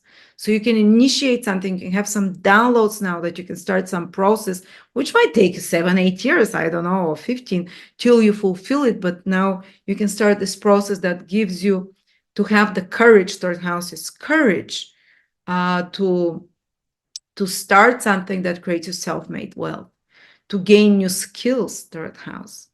Third house is also your rivalries, your competitors, because that's why it's also our siblings, our rivalries and competitors. Our workmates are our rivalries nowadays. So you can be either doing something in a team, or you might be doing something, I think I talked about already this, in a group that you can be very busy. It's a marketing, business, advertising, doing such projects that are connected to media, that are connected to marketing, advertising, to business, a lot of meetings with new people, discussions. But also when it comes to rivalry, maybe starting something with new rival of kind of to win something, to win over the competition. Third house is the competition as well. You can start new projects that push you in the direction to win over the competition in some way. And that's very business oriented. It's like advertising, marketing. What is it? To win over the rival, the competition. So such projects can be very important for you, to do. Plus, you communication and your word will be powerful. Pluto conjunct Mercury in the third, Venus conjunct Pluto, Mars conjunct Pluto. Your word will carry power. And if you want to be heard and say something, express something, do it after the new moon in the third house, which will be on the 9th. And you can be heard by a bigger crowd. You can, launch something that you want to reach, because this is information, the third house. All right. But yeah, there might be some power struggles or disruptions also in your everyday routines, in your everyday, because Uranus is squaring the new moon from your sixth house of work routines. And third house is also about your everyday, like plan, program. This is what I do. This is what I do. A lot of new things will come that will be surprising, and new information will fly at you that will surprise you, that you have to act fast. But thankfully, this third house is exactly what you can. You're very adaptable. You act fast. Your mind is quick and done. Whatever is thrown at you, you catch, and you're like going with it. And its third house is initiative, business, strong, so and you're smart, savvy. I hope you feel this empowerment. I hope it's not the opposite. Okay, but I think it's supportive, very supportive. Now, if you're Capricorn, Sun, Moon, or Rising, use till the middle of the month, Venus and Mars continue to be in your sign. This is one theme that's happening this month. So till the 16th, Venus graces your sign with this beautiful transit over Capricorn, while Mars is in the last, I'd say 7, 8, 10 degrees in Capricorn at the beginning of February. So the last 10 degrees Capricorns from 20 to 30 can feel most triggered by Capricorn in a positive way, very activated for action, motivated, driven, more physical power, organized, getting things done. Mars is a creative planet as well, being whatever you want to do, you go after it and you achieve it. But on the negative side, might be more triggered after all, Mars, it can sometimes indicate power struggles with others, fighting. Mars rules the fourth house, family, that triggers you as well, emotionally more reactive. And of course, a bit more prone to accidents, but Mars is fantastic in Capricorn. So I think it's usually mostly good. But again, there is this possibility also your first house, whether it's Sun, Moon, or Ascendant, if it's in the last 10 degrees in Capricorn, sometimes inflammations can happen because you get inflamed when Mars passes over you. You get triggered about something, so it can push you into action. And this inflammation from the spirit can go into the body, so acute conditions or accidents or kind of inflammatory, like colds and so on, sometimes can happen. But it's for, if you have some kind of a focus outlet of this energy Mars is giving you, some goal, beautiful. Mars helps you go after it and achieve it. But all the time till the 15th, Venus is in your sign, Capricorn, which is fantastic because Venus makes you more reasonable. This impetuousness and aggressiveness of Mars will be mitigated. Even if you get yourself in some hot waters, Venus calms after that, and you're smooth and you know how to get out of it and to win the hearts of others. And also Venus can bring you more enjoyable experiences of the five senses, more beauties, more luxuries, more money as well. It's after all Venus. Make you more smooth, more attractive, more of the joys of life as well. So it's very charismatic energy. Venus, Mars in your sign, the female, male beginnings of meeting. There can be also some romantic developments there. But the really most important theme we're seeing here is, I think actually for Capricorn, Venus and Mars in your sign till the middle of the month is activating, but we see another theme. The Sun, there'll be 5 new conjunctions, 5 renewals, new beginnings in your second house. Even Venus and Mars will meet there. So this is the second house, is finances, resources, feeling secure, emotion, security in life. So Mercury first joins the Sun on the 5th, then new moon in the second house on the 9th. With Uranus, there can be some sudden new developments in regards to second house, also connected to family, with family and children, because Uranus is squaring from the 5th house. Sudden new developments in what is, that's new beginnings, new moon, connected to either children, connected to family, or to money as well, suddenly out of the blue. There can be some expenses as well because of this new moon, or some new opportunity that appears for you that's connected to something, new idea, new passion, new creative goal that can bring you in the future more financial stability. But it might be a bit disruptive at the beginning or exciting. That's the two words for Uranus square.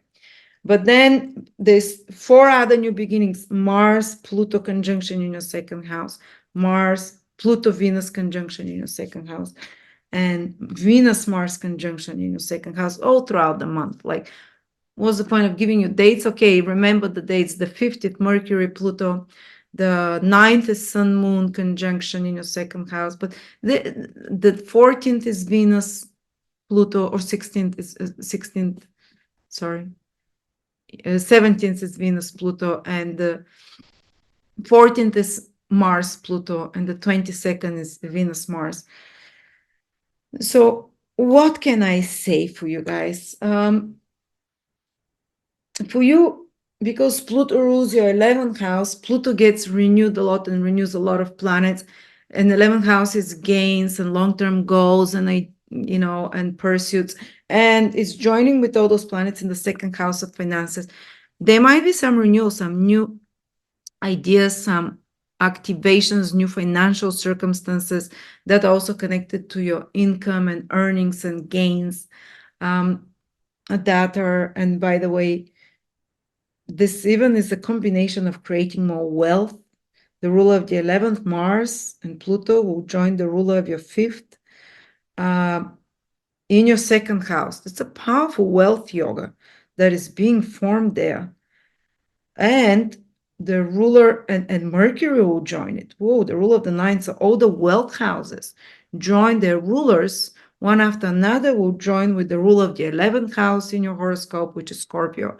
So in ancient astrology, we call this wealth yogas temporary, but there is an activation there. So who knows? Some ideas. And wealth is not always just about money. Wealth can be a wealth of knowledge. Wealth can be as well wealth, something that makes you start on a new path that will make you feel secure financially. But because it's an Aquarius sign, second house can be also a wealth of new knowledge that start coming towards you, wealth of new ideas that you can implement that will create you the security down the road. And the self-worth, it's a renewal of your self-worth. Second house rules that. How do you value yourself? But because Pluto instigates those conjunctions and new changes, it can be started by a crisis, something that's like a slap on you to make you realize, hey girl, hey boy, you're worth more. Why are you selling yourself so cheap? Why are you selling to your partner so cheap? Why do you think so low of yourself? Why are you saying to your clients or whatever? Why do you talk about yourself in such low terms? Such kind of, this is self-worth, and Pluto can make you very deeply realize if you're having such behaviors, and maybe that will start a transformational process for you. That's also valid for some Sagittarius, because especially later Sagittarius degrees will feel all those conjunctions in their second house. Anyway, back to Capricorn. So that's another level. And on a more material level, it's not just about money, resources. So maybe if you have business, you can find a new source of resources, better quality or something else. Or if you're an artist, second house is the materials that you use, what kind of influences do you use as well. There can be some renewal day in a new direction. Or if you're a producer of some goods, what kind of flour? If you're a baker, or do you take your flour, or you might decide, I want to transform it. I want to use this and this products from now on.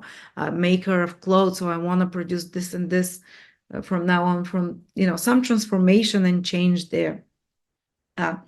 But also the second house is your wardrobe, your possessions. There can be this deep need to transform there and to throw out or let go of certain possessions, and to change your fashion look, to change your makeup. Second house is the face, to change like how you do your makeup, to transform it there.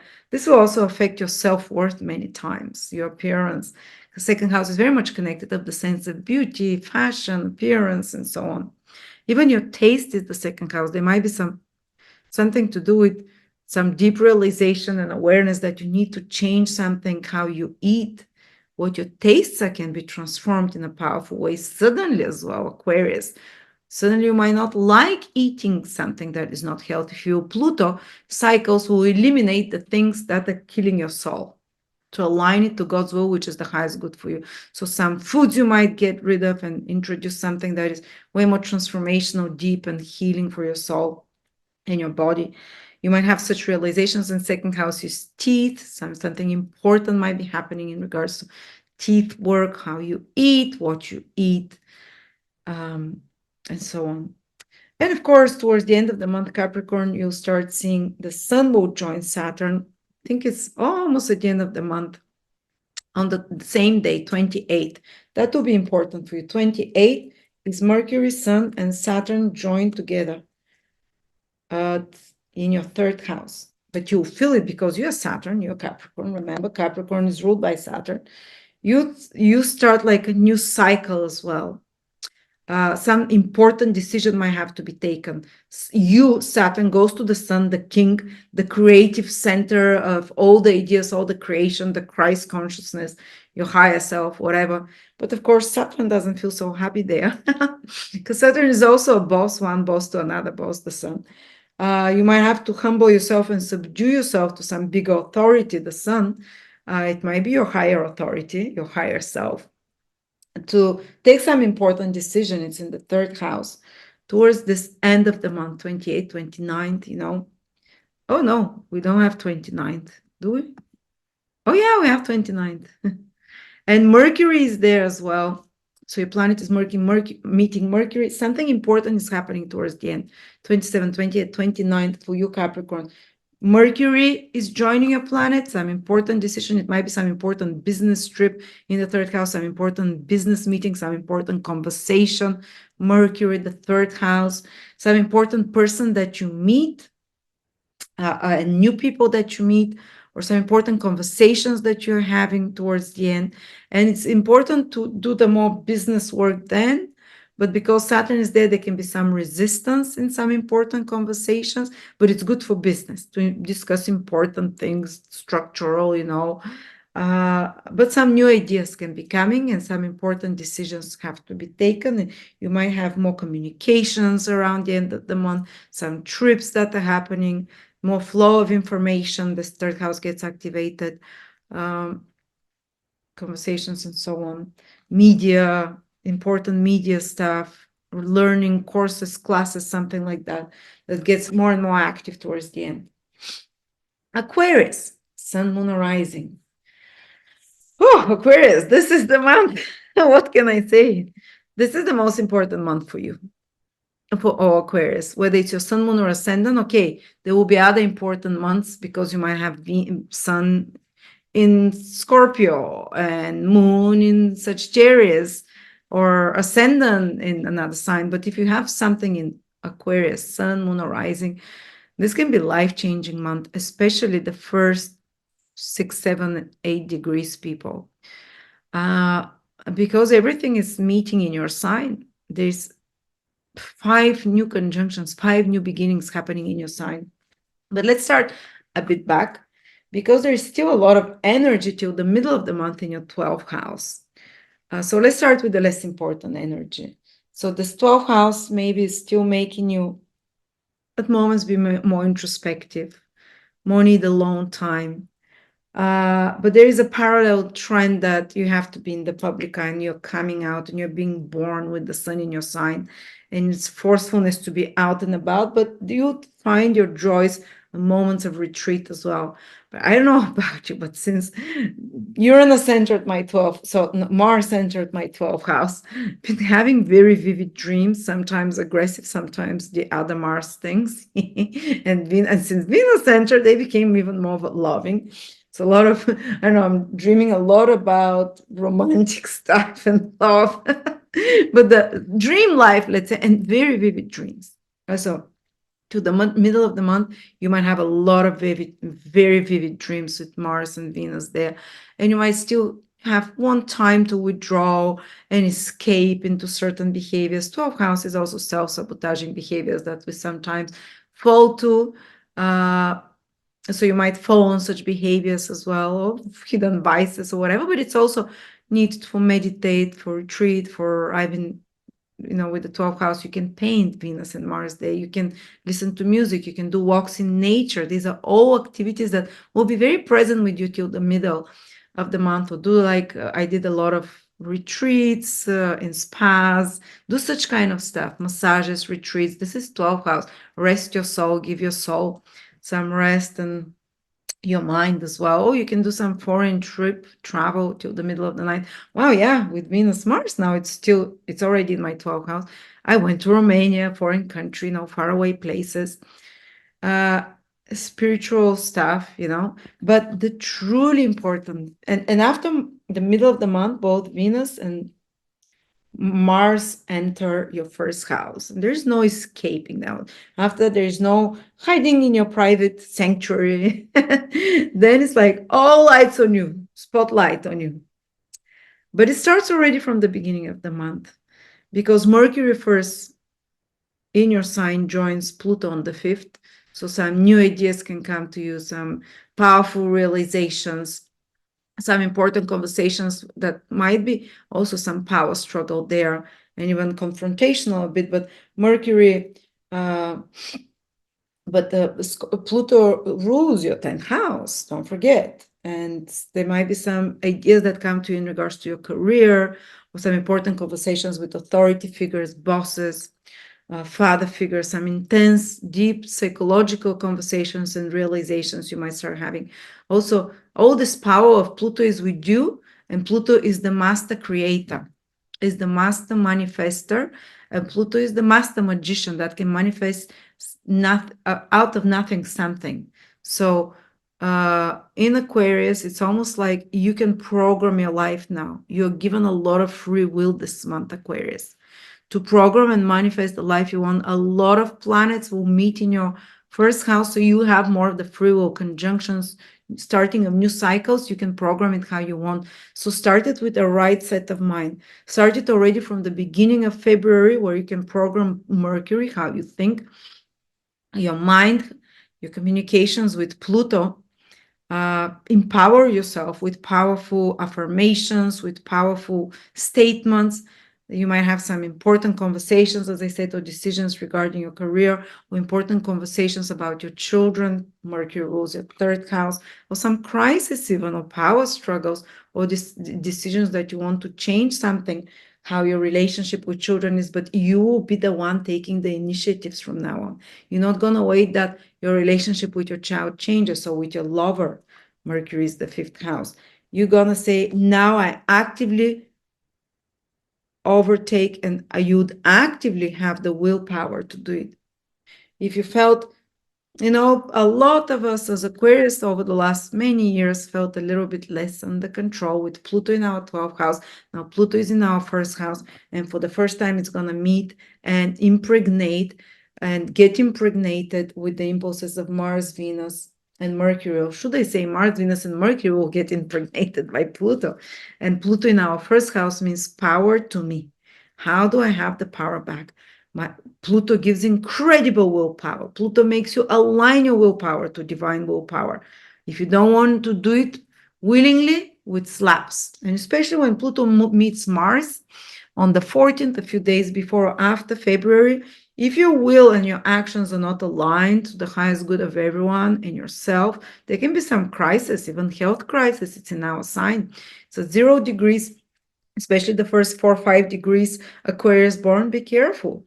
But if you've been, if your actions have not gone against the highest good of everyone and the collective good and your highest good, you can have some tremendous feat of heroism, then some tremendous feat of willpower where you start something, new beginnings, conjunction that you haven't had the willpower to do in a long time, that you, well, never in your life, that you haven't had the determination, the focus to do. It's like revelations, powerful, shaking, new beginnings for you can happen. But of course, you have to be careful for crisis, hurting yourself. I would advise you, if you're Aquarius, especially early degrees, Sun, Moon, or Rising, first 5, 6 degrees, around the 14th, be very careful. Pluto-Mars conjunction with your physical health, with accidents, with power struggles, but as well, being in a more prayerful condition, but something will activate you, Aquarius, not just the early degrees. All of you very likely will start feeling it, to activate you to use more your willpower, not to give your power away, to be more focused, concentrated, like almost like a military commander to yourself. And this is the energy that you can really discipline yourself in a way, and that you can, when you align your personal will, Mars, to the higher will of the divine, you can move mountains. You can start some new beginning this month, Aquarius, that leads you on a path of some success, of changing the world, changing yourself, changing your physical body, if it's your ascendant, your destiny, if it's your sun, even your career, if it's your moon, your whole internal world, emotional well-being and financial overall with the moon. But yeah, there's such powerful activations for your Aquarius. Grab them, because new ideas will be coming to you. Then Venus with Pluto will join at the 0 degree again, activating you to transform your beauty, your appearance, even activating you to transform your sense of what you consider beautiful can suddenly start transforming. What you consider who you love can suddenly be like death and rebirth process and realization and deep transformation. What your tastes are, what your appearance is, even. Some Aquarius, not that we don't look like aliens already. No, of course not. There's traditional. I look like an alien, like young, and now later age Aquarius becomes more Saturnian, let's say. But you might come up looking differently after this month, feeling differently, being the different person with lots of new beginnings. There'll be surprises. There is a new moon on the 9th at 20 degrees Aquarius. So the later Aquarians will also have this push impulse for something new, especially say from 10 to 30 degrees, they will feel this new moon at 20 degrees, within 10 degrees of them. So the last 20 degrees, they also have something to look forward to, this renewal of the new moon, but it's with Uranus square. Exactly. So it's going to be in a very Uranian way that these new beginnings come for us, Aquarius, with a shock, with a surprise, possibly from our family, possibly if it's your 3rd house instead, Taurus, rather than the 4th, where Uranus is, possibly through some shock or information or news, if it's your 5th house sometimes, but something to do with family, something, but some new beginnings can come, like some new opportunities overall in your life, in the direction of your life, some renewal of something that you've been doing already, but renewing it. For example, it could be with this new moon, or something, getting clarifications about something you've been doing, how to do it better, and things moving fast. It's not going to be anymore this 12th house energy, especially from after the 9th, 10th. It's everything enters into your 1st house. So it's bam, bam, bam. New things come one after another. You need to keep up with them. But you're cool, Aquarius, because you're a fast sign, and you've been waiting for this all your life, right? Dodgeball starts now, and either you catch the balls or you dodge them. You have to have fast reflection this month. But it's exciting because you're no longer sitting in the benches and watching the game. You're the game. You're the game, and you're making those changes. Universe will offer to you some new opportunities, and you'll be the one that undertakes them. You'll be the one that, with your free will determine how they go. It's not so fated. It's not so, you can still form and mold the directions of activities, but the new ideas that are coming to you, the new renewals, and you're going to have Venus and Mars on the 22nd meet together in your 1st house. Venus rules your 9th, Mars rules your 10th. Some creative idea, 9th house, inspiration about your career. So they form momentarily a Raj Yoga of success. Some success can happen for some of you. Some clarity about the direction you need to take for the world and what to do. Some important act that you do. And so on. I don't know. There's so much to tell you. So I don't know from which side it will come for you. But remember, you're all eyes on you, new beginnings. Just renew yourself. Just, and you'll be willing, especially after the middle of the month, to leave behind the past. You're not going to keep looking back and saying, maybe I should leave that. Maybe I should. No. You're so ready for new things. And there is, because of the Uranus conjunction square to the new moon, there is this opportunity for something even in your private life changing. So yeah, write to me if you're seeing any changes. If you're not, you're probably dead inside. I'm sorry, I'm kidding, but maybe your degrees fall somewhere in between all those conjunctions, but still it's in your sign. You should feel this impetus, this new, and again, with Pluto, there might be crisis, that there's new beginnings are triggered through crisis, so you can align your will to divine will and come into your power.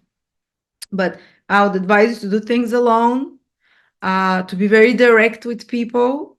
Of course, don't be ruthless, because with Pluto in our sign, if you have this inclinations already to dominate others and pass like a tractor through others and to get to where you want, this, and with Mars there, this, it can intensify. And you know, with Pluto also, there can be power struggles, but things are moving fast. Things are moving fast, they're changing. You'll be on the other end. Your life might feel very different after this month. Okay, fast, but you feel the power. It's all in your sign, and all the planets are pushing. Yeah, so get ready. And then last but not least, my dear Pisces. I just met a Pisces follower recently, and she was like, oh, we Pisces always are like the shortest 1/3 of what you talk about. Because by that time you're like already dizzy and you've lost all your focus. I try not to. Let's see. The first half of the month, there is still a lot of focus on this 11th house. Mars and Venus are still there till around the middle of the month.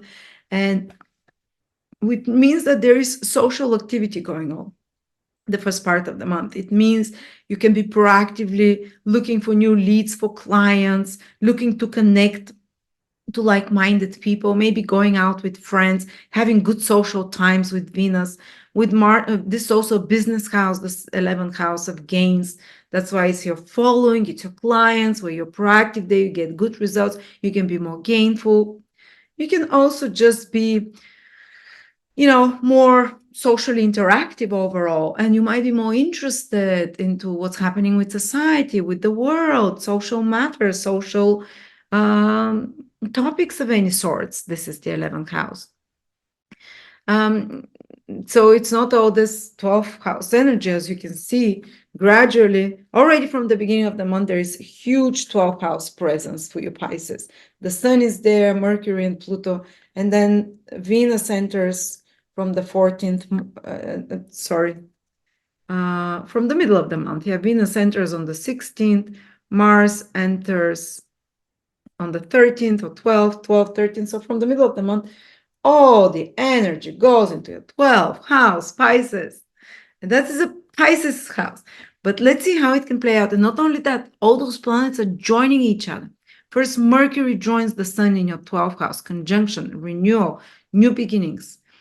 On the 5th, then there is a new moon. Sun joins moon in your 12th house on the 9th. Then Venus joins Pluto on the 14th in your 12th house, or not on this. Then Mars joins Pluto on the 14th in your 12th house. And then Venus joins Pluto on the 17th, 16th in your 12th house. And then Venus joins Mars on the 22nd in your 12th house. 5 conjunctions. I mean, what the... This is, and it's like, it's not directly affecting you. See, it's behind you. This is your sign. It's kind of like in your subconscious. I think your subconscious mind will be super busy. Those of you who are, and many Pisces are naturally intuitive, naturally psychic. Well, believe me, 12th house is the psychic house. You'll be having downloads left and right from the invisible worlds. To some of you, it might even get to clear audience, clear sentience, seeing stuff. And your subconscious will be so powerfully busy with incredible revelations it will give you. So how can you use that? You can dream messages. Pluto from your departed ones. 12th house is the invisible worlds. Pluto is your ancestors behind for 8, 9, 10 generations that come behind you. They can give you messages in your dreams this month, or your subconscious might give you messages. And if they feel like, if you think very vivid dreams, the whole February, from the middle of February, Mars and Venus joins, wow, party there. But you'd have, like, whatever you're dreaming about, remember that actually, do you have repetitive dreams or something that keeps coming to you? This is usually the biggest issues, traumas that you haven't worked through. For example, you might keep dreaming about some person that you never think of during your day life, and you wonder why. Maybe there's some trauma that you have to work on. Or maybe you keep dreaming about school. There's some trauma, and you are 50 years old, and there's some trauma you haven't worked through, a certain person, certain situation, certain thing that it's still you haven't worked through. So you get incredible insights about what are the issues that you still have to work on. And not only that, but when you're dreaming those things, you work on the emotional side and the releasing of the traumas, releasing of those pent-up feelings and emotions. It's almost like counseling, but this can be fantastic time with some incredibly deep realizations you have about things about the past, where you're releasing, where you're realizing, even it's coming to the surface, past life memories, early childhood memories. There is these conjunctions that activate your subconscious 12th house of buried memories. And Pluto, there's where the traumas are. If you work with a psychologist, if you work with even just on your own with introspective exercises or just staring in the ceiling and thinking about the past, you might feel like a lot of feeling coming to the surface and crying. Let it out, cry it out. It's healing, it's powerfully cathartic. Or you can have incredible regressions that you have, or messages from invisible worlds, or just downloads. 12 houses, the ability to download. If you're a creative person, musician, writer, anyone who creates original content, you need this 12 house isolation and contemplative state, almost meditative state of the 12th house, where you can download ideas, and those ideas are given to us from the higher worlds. And now there is activations for a lot of those, for maybe if you're a painter, for painting, for music, for whatever it is, but there is downloads happening in this 12th house, maybe fully formed, because it's Aquarius, it comes in a lightning, and very profound, or some profound realization about your deeper motivations and profound realizations about the behaviors that are self-sabotaging you as well, because this is the 12th house. And some kind of the first steps towards healing deeply self-sabotaging vices, behaviors. I mean, Pluto will be in your 12th house for 20 years, but there's such bam, bam, bam, quick activation. These themes open up for you now to start working on that. Or they can be on a more mundane level. Opportunities to go to faraway places, to travel to foreign places that start opening, to go and live in foreign places. With this 12th house, there might be Pluto that your evolutionary path for the next few years at least, for some of you might pass through foreign countries. And this gets activated through working some spiritual direction, which is 12th house, which it gets activated for you.